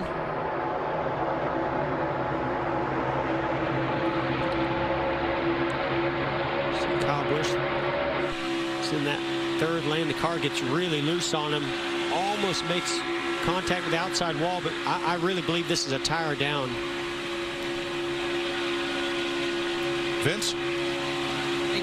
Kyle had some contact coming to pit road for that last stop when he came in and topped off, and they were concerned it was going to create a tire rub. They thought maybe they had escaped that. Evidently had not, and he's got to come back. Well, hard to say. He's moving around. Oh, you can see right rear tire, I believe, is down, and there's some smoke there. So Logano is your leader over Hamlin, Harvick, and Byron, the first car on the outside. William Byron has our Xfinity fastest lap of the day, 201.22 miles per hour. Kyle Busch has safely made it to pit road. Remember, Mike, that was with efforts from NASCAR to slow these cars down with a smaller tapered spacer. And Jeff, that seems to have worked. Only 3 drivers today have turned a lap in excess of 200 miles an hour. And that was the goal. I can't say it stopped the bump drafting and the bumpers from meeting up with one another, and that's only going to continue to increase as this race goes on. What it did stop was the love bug style racing, where 2 cars attach to each other and never get unhooked. All right, let's go to Jamie Little, who caught up with Chase Elliott. Chase Elliott had damage earlier, but you attempted to continue. Chase, what ultimately took you out for the day? Just I think they're wrecking. The splitter was in the ground a long ways, and it was just dragging too much, and wasn't getting any air to the engine, so it was getting really hot. So it just wasn't worth continuing. So I hate it. We had we really started the day struggling pretty bad, and finally got it going pretty good, I thought, later on, and yeah, ultimately just got in a bad spot there and went around. Yep, thanks. Tough break for last year's winner. Out of this race, William Byron has taken the lead from Joey Logano. So it's Chevy, Ford, Toyota in the first 3 spots. No friends there. Oh, Ricky Stenhouse making it 4 wide with his teammate Ryan Preece. Now back to 3 wide.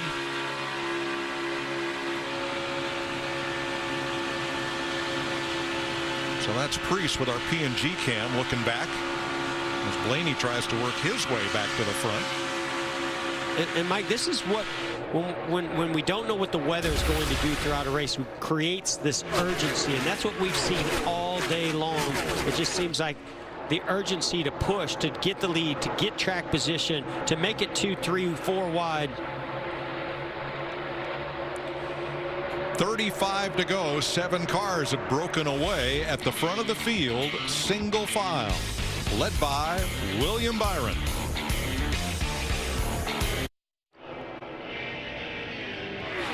.32 laps to go in Talladega. Here's an update on the Coca-Cola family of drivers. Joey Logano second, Hamlin third, Bubba sixth. Brian Newman on the lead lap. So is Daniel Suarez and Austin Dillon in the garage after getting caught up in Chase Elliott's crash. William Byron started out racing on his computer. Told his dad he wanted to try it for real. And Bill put him in a Legends car at Summer Shootout at Charlotte Motor Speedway, and then he quickly vaulted through NASCAR's K&N Series, Truck Series, Xfinity Series, and now he's a Cup driver with Hendrick Motorsports. Mike, right now this is as real as it gets. He's got some of the best on the super speedways right behind him. Joey Logano, Denny Hamlin, Kevin Harvick. I mean, wow, you know, imagine the adrenaline flowing inside the body of William Byron right now. He has a win earlier in the year at Daytona in a qualifying race on a super speedway and an Xfinity at Daytona.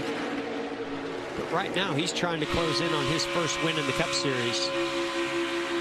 Meanwhile, Bubba Wallace is still trying to make that outside lane work, Jamie. He won't give up, running 6th right now. They're telling him, though, everybody's talking about fuel, but the 43, they're saying, Bubba, we are about 4 laps short at this point. So, Jeff, as a driver, what can you do to save fuel when you got clear track ahead and you got a freight train behind you? Well, I can promise you right now, Bubba Wallace isn't saving any fuel whatsoever. He's using more than anybody, if anything. But you can't save 6 laps. I mean, that is just way too far to go. And that's going to be impossible. They're really hoping that a caution or something comes out before they have to come down pit road under green. Yeah, Jeff, the ones that I would feel a little better about would be 2 of the guys at the front, William Byron in the 24, Joey Logano in the 22. Remember, they came back and topped off with 1 to go under that last caution. But I'm looking at the fuel flow numbers right now. They're just going to be just right there. A lot depends on how much they can roll out of the throttle and save a little bit of fuel. But as you know, being at the front a lot in that 24 car, it's hard to roll out when you're leading the pack around. All right, Vince has more.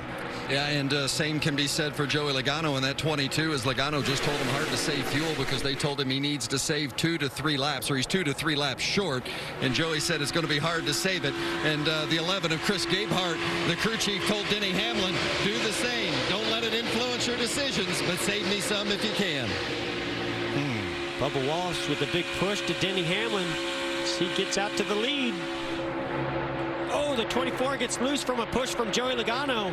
Now he gets shuffled to the middle lane, going to go backwards here.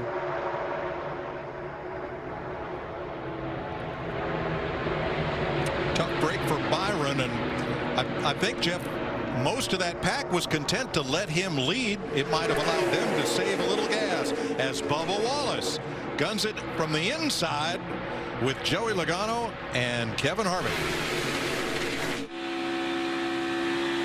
See if Bubba Wallace can handle that aggressive push from Joey Logano.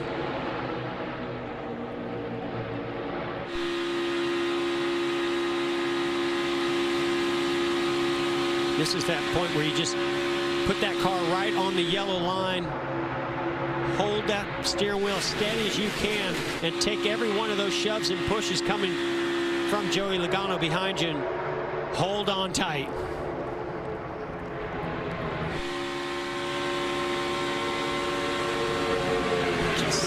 Bubba Wallace looking up in his mirror to see when that push is coming, trying desperately to hold that wheel steady. Well, they've really broken away. And that gap's going to close back up, but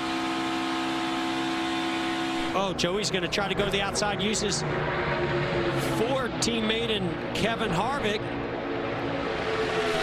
Boy, a well-timed move because that outside lane had a run. And Logano timed it perfectly. When I talked about them breaking away, and that's the fear. When you get too far out, you lose that momentum, and when that run comes, it's really hard to block it. So Logano, Harvick, Hamlin. Then Bubba Wallace, Jimmy Johnson on the inside. On the outside, Ryan Preece, Alex Bowman. 2 of the Camaros trying to make something happen here.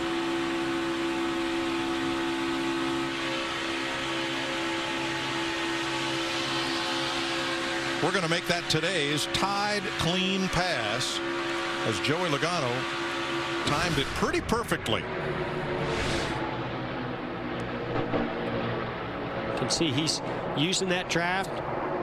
Gets a run, gets a little push from behind from Kevin Harvick. Peeks out, does a little side draft to the rear bumper of Bubba Wallace.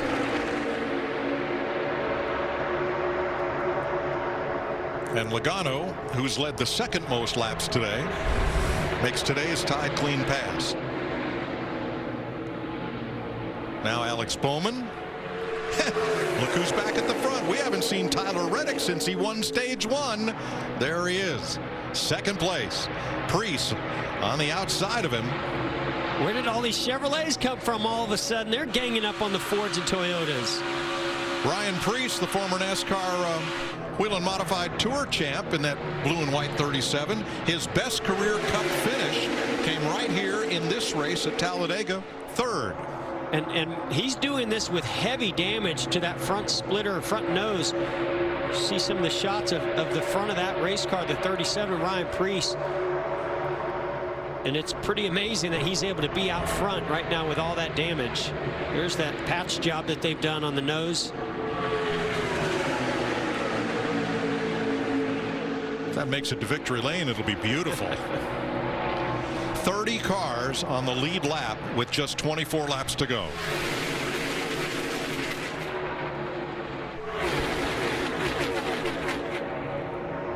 Oh, Alex Bowman almost gets turned sideways, getting into the tri-oval by Tyler Reddick. And again, this is that huge push from the 22 of Joey Logano, just being really aggressive, but those bumpers don't line up quite as well on those Chevrolets, Jamie. And Tyler Reddick, guys, he has had to earn his way up to the front. He's had some brake bias issues, and we saw in a couple stops now, it's been 3 straight, where he slides through his box, so his stop takes so long, he gets shuffled mid-pack, so he has had to earn it to get to the front. He said his car is almost perfect right now.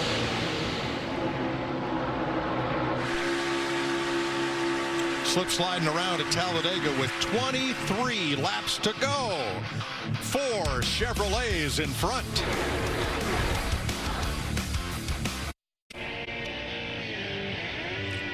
$20 laps to go in the Geico 500.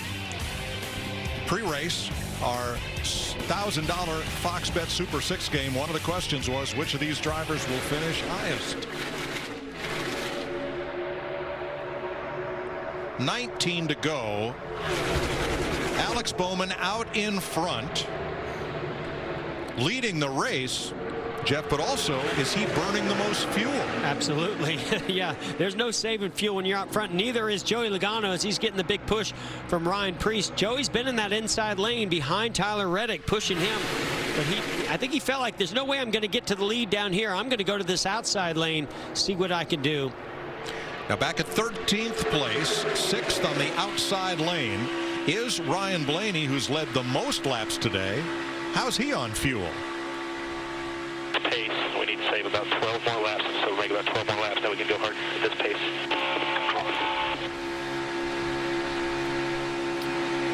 Yeah, so we've been monitoring how Blaney's really not made a lot of ground up since that last pit stop, but a lot of it just has to do with the pace he's trying to run to save enough fuel to be good to go to the end.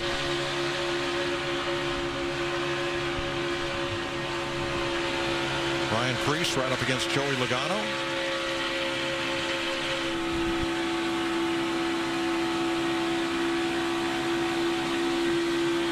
I mean, as short on fuel as some of these drivers are, if they don't get the caution that they desperately need, the way this race looks right now could change dramatically. And Jeff, we've got 17 laps to go, and one driver that seems to be saving some fuel is Ricky Stenhouse Jr. in that 47 car.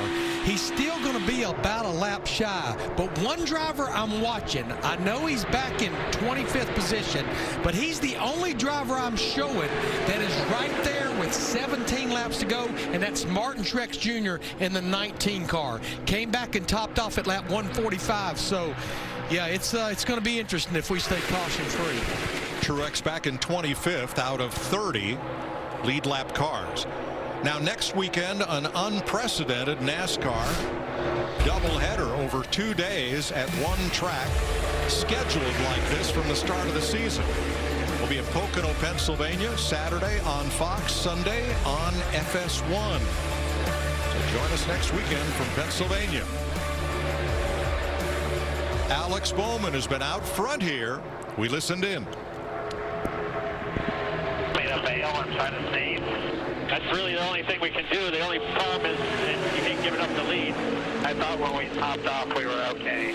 Yeah, we were at the average we're getting when we were mid-pack. When you get in front, the problem is it goes down 1.5 and you lose 2 laps. There you go, Crew Chief Greg Ives giving Alex Bowman that information. And I mean, there's the story. That tells you everything you need to know right there, that, you know, mid-pack, you're just not using as much fuel because you're not full throttle. You're having to lift off the throttle to be able to maintain the speed in the line and the draft that you're in. But when you're out front, it's wide open the whole time. And that's why Ryan Blaney is currently 14th. Oh, one car, Christopher Bell. Down off the track. That bright day-glow green car, that is Blaney. He's led the most laps today, but he's riding in the pack, Larry, trying to save fuel. Well, another car I'm starting to watch is Eric Almirola in the 10 car. He's back in 17th. He's right about a second behind the lead. There you see him in that 10 car. He is never getting more than 50% throttle right now, so he looks about in the best shape of anyone, again, aside from Martin Truex Jr. in the 19. 15 laps to go. Look at that, 3/4 throttle, half throttle for Almirola. That's Ty Dillon doing much the same, and there's Almirola half throttling it. You can see as that gap increases to the car in front of them, you go to full throttle, but as long as somebody's behind you and there's a car in front of you and that many cars in front of you, you can run half throttle like this and save a lot of fuel. Well, it's a strange strategy, Jeff, where you don't want to lead at Talladega. This is true. All day long we've been seeing how much they've been fighting for the lead. Now they're trying to fight to save fuel. Of course, these two guys have been going at it. Big shoves coming from Denny Hamlin to the rear bumper. That 8 car of Tyler Reddick and Bubba Wallace there in 3rd position. Ricky Stenhouse in 10th has been told he is good on fuel to the finish. But is he good for the green-white checkered if that happens? I don't know if anybody's good for that.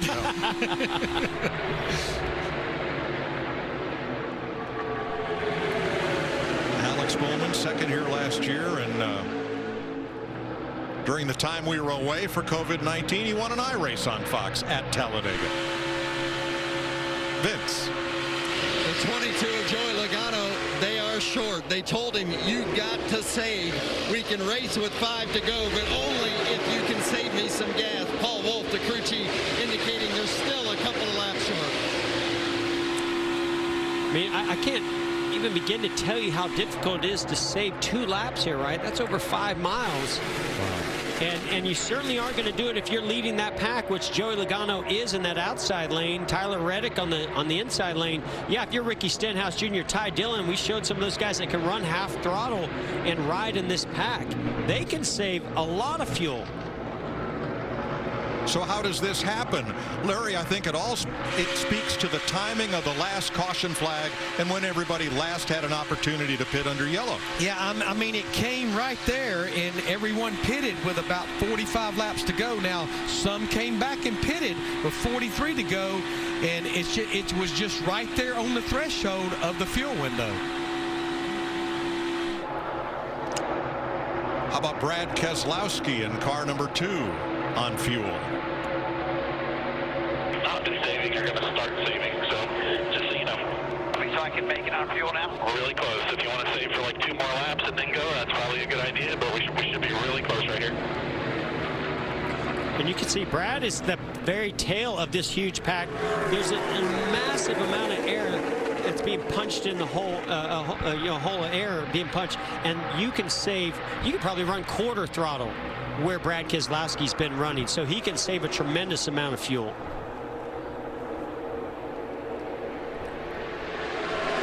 Tyler Reddick, the rookie, out front of this pack as they move past some lapped cars. And there's Brad Keselowski at not even half throttle.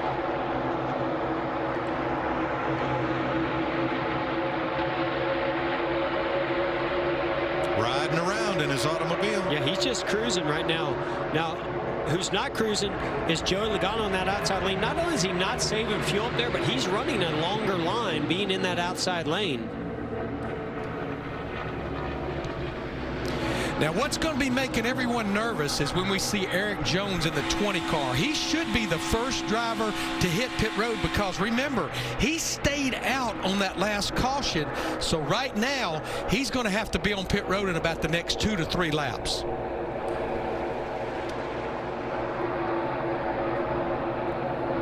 Still 27 cars on the lead lap with less than 10 laps to go.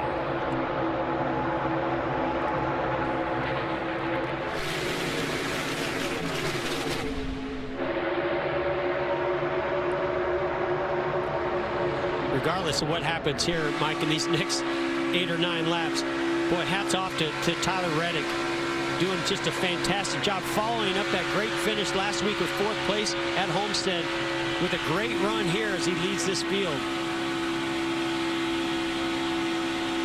There's our Coca-Cola cam with Bubba Wallace looking ahead at Denny Hamlin. How about Ryan Preece in 4th place? Jamie. Ryan Preece and Bubba Wallace both saying they are going to need to pit with about 4 to go if they continue green here, Mike. Wow. Well, that's complicated by him being in the outside line. There's no way for that 37 to get to pit road. Yeah, that might be the caution some of these others are looking for if he's aggressive trying to get there.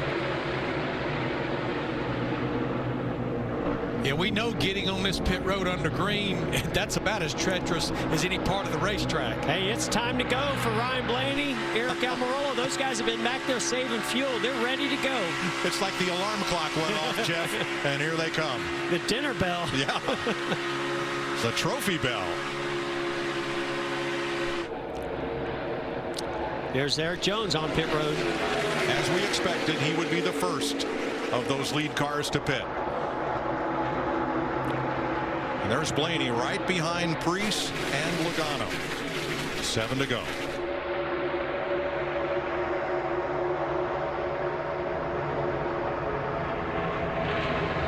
Stenhouse, another one of those, been saving fuel. Good to go. He's in that outside lane. So he had a little bit of damage to the rear bumper on that car. Tyler Reddick trying to become the 12th driver in the history of Talladega to score his first career victory here. But does he have enough fuel being out there out front? Yeah, Mike, Jeff, I only see Tyler Reddick being able to run 3, maybe at most 4 more laps. And here comes Blaney. Gosh, that car is so strong. And I just don't think Joey Logano can do anything about it because right now he is trying to save fuel also. And Almirola, who Jeff talked to at the top of the day and is known as a really good racer at Daytona and Talladega. He's leading the outside lane.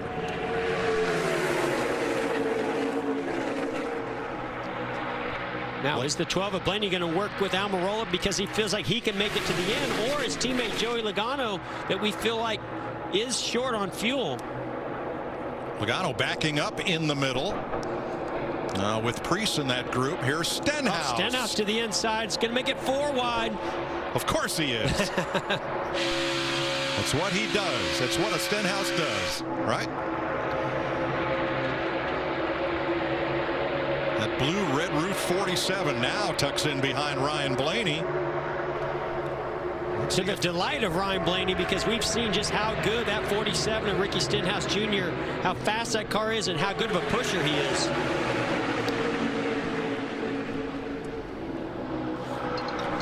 Brad Keselowski coming on the outside.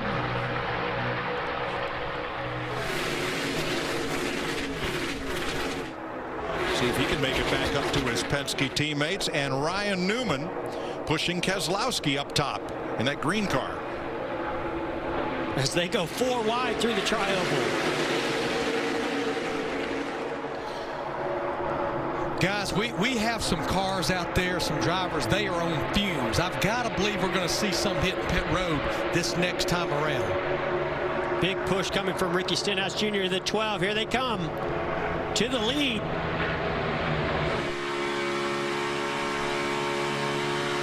Bump, bump, and run. Blaney, Stenhouse, now Bowman and Jimmy Johnson. Denny Hamlin may be out of fuel. Well, I think a bunch of these guys further back are going to be out of fuel here very soon if they don't get to pit road. But these guys up front, I think they can make it. They've been saving enough fuel. Jimmy Johnson getting to the quarter panel. Ricky Stenhouse Jr. Here comes the 7-time series champ up the outside. Oh, Kevin Harvick to the inside, turns Johnson. Caution. It just looked to me like Jimmy had a big run. Thought Kevin Harvick was going to stay with him, and Kevin Harvick thought twice about that and decided to go to the inside of Jimmy Johnson, and they make contact. And just when you could start to hope that Jimmy Johnson was on the verge of breaking that long winless streak and getting a victory in his final season, after winning 7 championships, he goes around. So here goes Jimmy to the outside of the 47 as Stenhouse through the tri-oval. Side drafts. Now here comes a pretty big run from Kevin Harvick being pushed by the 17. And Kevin just decides to take, there's a small gap there between Stenhouse and Jimmy Johnson. He had such a big run. He chose to go to that middle lane. Not sure if there was enough room there, just closed up on him in a hurry. So here he goes to the middle. Jimmy comes down a little bit, but just don't know if there was really any room there. If there was, very little. And if Harvick goes any lower, he's into Stenhouse. And remember, Harvick's being pushed by the 17. Yep. Chris Buescher. Let's ride with Kevin Harvick.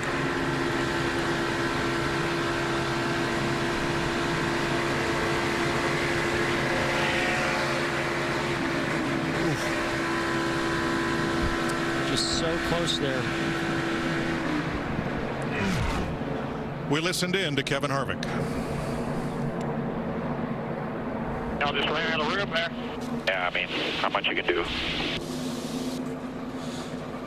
Well, I mean, we're getting down, right? 5 to go, 4 to go, whatever it was there.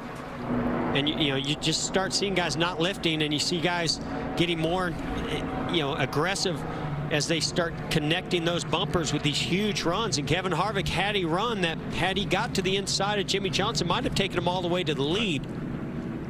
Johnson will pit even though pit road is not yet open. He'll come in to repair crash damage. So Larry, 6 laps to go. Do you pit or do you stay out and enjoy these caution laps for gas mileage? We know if we go full overtime, we're talking about 2 green flag laps, Mike. And now there's always a chance we take the white flag and we get a caution. But yeah, you can hear them shutting the engine off. They're saving fuel right here. But to me, it's borderline for everybody. It's even borderline for those other drivers I talked about as far as Almirola in the 10 and Truex in the 19. I think, Larry, if you're really, really aggressive under caution, you can save about a half a lap under caution each lap that you're saving. I mean, you can save a lot, especially when that caution initially comes out. If you shut it off immediately and just coast, you're saving. You'd be shocked at how much you're able to save. And now you can see how aggressive these drivers are, shutting that engine off, keeping it in gear, push the clutch in, coast as far as you can. 7 cars have come to pit road, including leader Tyler Reddick. There's Kurt Busch coming into his stall. Joey Logano is in. And tires for William Byron and Logano and Truex. Not just gas and goes. Well, they know they've got to come from a little further back, and they need all the grip they can get of the moves they're about to make. Matt DiBenedetto, one of those who stopped, and Bubba Wallace going to get 4 tires. Yeah, I look at William Byron. They were way back in the field. Why not come? Go ahead and get you 4 tires. Make sure you're full of fuel. And if if nothing else, Jeff, it's not like there's speed in 4 fresh tires. It just gives that driver the ability to maneuver around a lot better.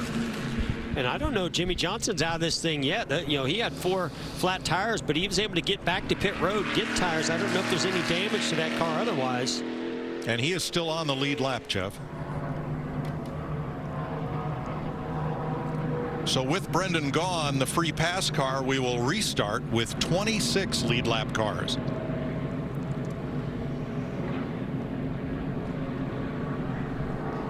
And out in front of it all, Ryan Blaney.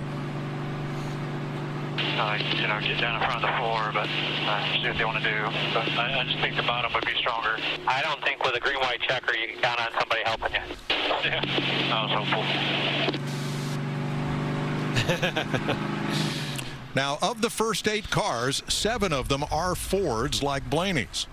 Only one Chevy in that group. That is Ricky Stenhouse.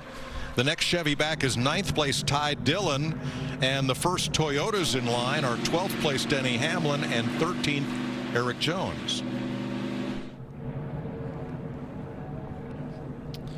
And all that subject to change in a hurry as we go back green. Ryan Blaney looking for his first win of the year and trying to repeat the magic of last fall, where he recovered from this spin to take off on the green with a bit of help.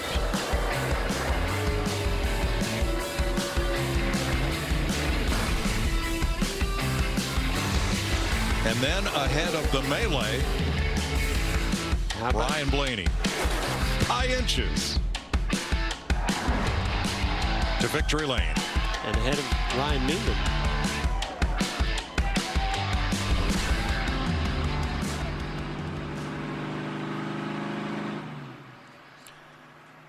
Let's listen in on Kevin Harvick and team.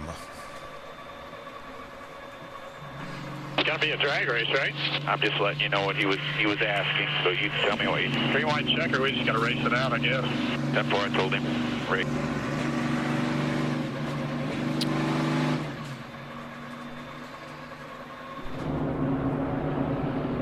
Oh, this is about to be one heck of a finish.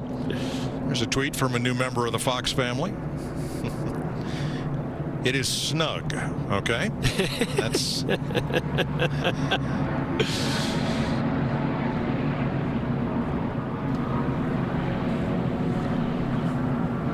So we're coming to 2 laps to go. And that will put us in an overtime-like situation, even though regulation distance. Once we get the restart, if the leader takes the white flag under green, the next flag ends the race. And Mike, we know the top 11 drivers, they are absolutely on fumes, but how about the driver back there in the 12th position, Denny Hamlin, the 11, ran out of fuel, but he was able to get to pit road, get fuel in that car, and stay on the lead lap, and he has his teammate right to his inside, Eric Jones, in that 20 car. They are good on fuel. We know that. Well, my concern about the first 11 cars is that if someone does run out of gas under green, and that throttle burps, what happens to everybody behind them? I can tell you what it looks like, Mike. Yeah. I've been a part of some big wrecks here at Talladega, and that's what it would look like.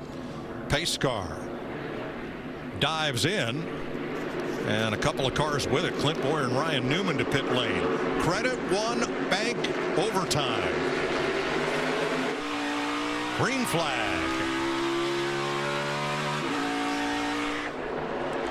Stenhouse doesn't get going on the restart. That's going to allow Kevin Harvick, Chris Buescher, Brad Keselowski on the outside to pull ahead. Not good for Blaney.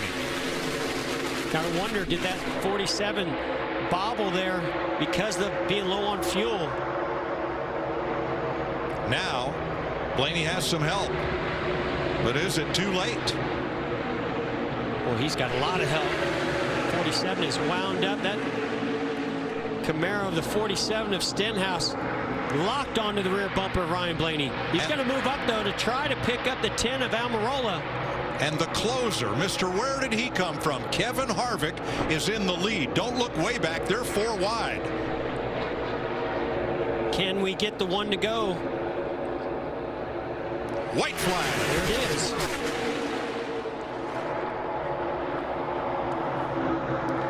Stenhouse leading the second lane, going nowhere. It is Harvick and Chris Buescher. Watch this run that Ty Dillon might be able to give to Ryan Blaney to give him a big run. Nope, Ty goes underneath. Blaney pokes out. Stenhouse is with him. Harvick got away from Buescher. But up front, they're racing for the win. Blaney's Crash is ahead. in the back, and Blaney is the leader. Stenhouse comes back to him on the bottom. Off turn 4, 3 wide. Not over yet. Here comes Eric Jones. Nemechek trying to push Jones. Eric Jones with help. Here comes Almirola. Crash into the wall. I think it's Stenhouse. It might be Blaney. Oh my goodness. They were what, 3-4 wide? Slamming and banging. Almirola spun out, but he's in 3rd position at the line. Great job there, Josh. Way to stay calm, collected.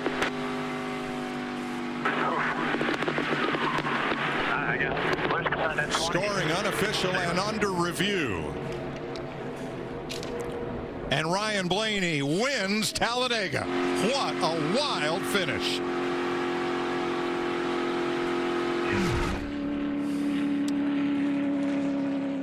Now Ryan Blaney was able to side draft, get that run, get to the inside of the 4. Here comes a huge run. John Hunter Nemechek to the rear bumper of Eric Jones, just shoving him to Ryan Blaney. Ryan Blaney goes from the top all the way to the bottom to try to block that run. More contact. Man, Stenhouse was so close to pulling ahead of Blaney. Wow. And look at the 10 car. And Almirola, as he backs up at the line. How about that?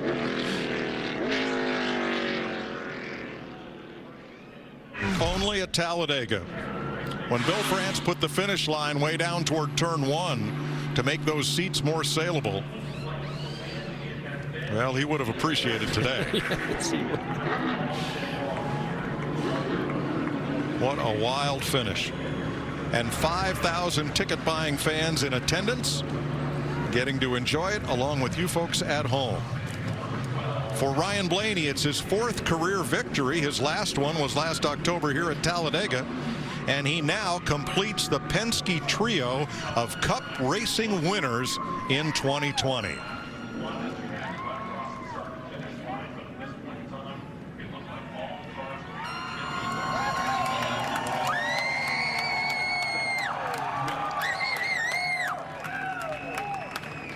NASCAR, since that initial crash in the back straightaway was toward the back of the field, felt that the majority of racers were past it when it happened and not in harm's way, and allowed the race to play out to the finish line.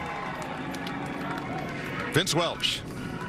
Wow, what a thriller. He won here in October. He has done it again today. What's going through your mind coming through the tri-oval, headed toward that checkered flag? Just trying to block, just trying to block the best we could and block the top, block the bottom. And the 20 got to my outside, and I tried to go up there to slow him down. And I'm not sure if I don't know if 3 wide. I hit him, but just kind of trying to beat and bang the line and things like that. But just edged it out. But really proud of this whole Menards Sylvania Ford Mustang team, man. It's been a cool year so far, and really excited to get our first win of the year at a cool place. Thank you, everybody, for coming. I appreciate it, and sticking around. So that was a lot of fun. What's it like when you have to save the fuel? You know you're so close on fuel. You've got to be patient, yet you want to go. Yeah, we were riding, there. We came back in and got topped off, and we were just riding around until maybe 12 to go, and I was waiting for Kevin to kind of go, but he had to save more than I did, so we just kind of had to get going. And but yeah, you're just biding your time. You're hoping that you saved enough, and there's enough information in there nowadays where you do save enough. But like I said, proud of this group, man. Just a lot of fun. Like I said, thank you, everybody, for coming out. I appreciate it. Well done, Ryan Blaney. Back-to-back wins at Talladega, the first time that's been done since Jeff Gordon did it in 2007. Thanks, Vince. And here's Bubba Wallace walking out to salute the fans. Jamie? And Bubba got out of his car, grabbed a drink of water, and he sees some supporters up here in the stands. Of course, we got 5,000 fans here today. Bubba, I don't know if you can hear me, but what a day. NASCAR rallies around you. You got fans in the stands. Appreciate that. Thank you. Thank you. Thank you.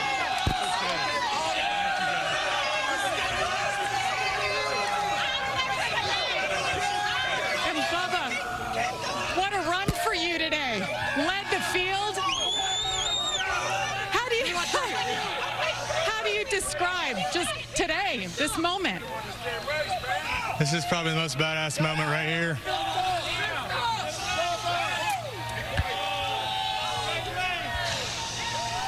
It's been tough. It's been hell. Really, I wouldn't say hell. It's just been hectic, you know, carrying this weight and carrying this burden. I wouldn't really say burden either. I'm proud to stand where I'm at and carry a new face. Look at this. First times right here from Atlanta. That is so cool. The sport is changing.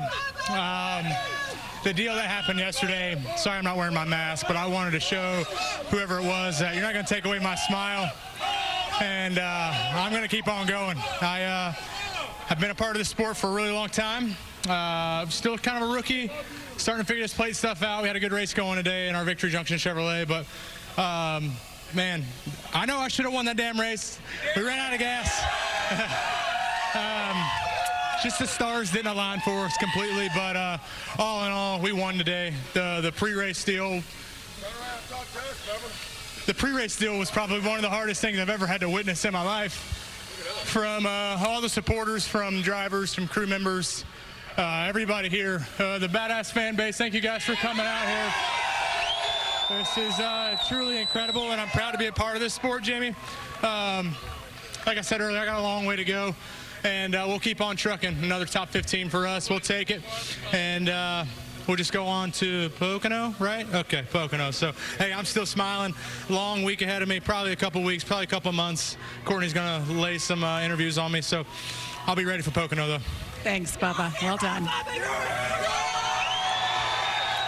Bubba Wallace, 14th today. Got up to the front, and they knew he was here. There's a look at the scene and Bubba's selfie from pre-race, supported by all the drivers and crews.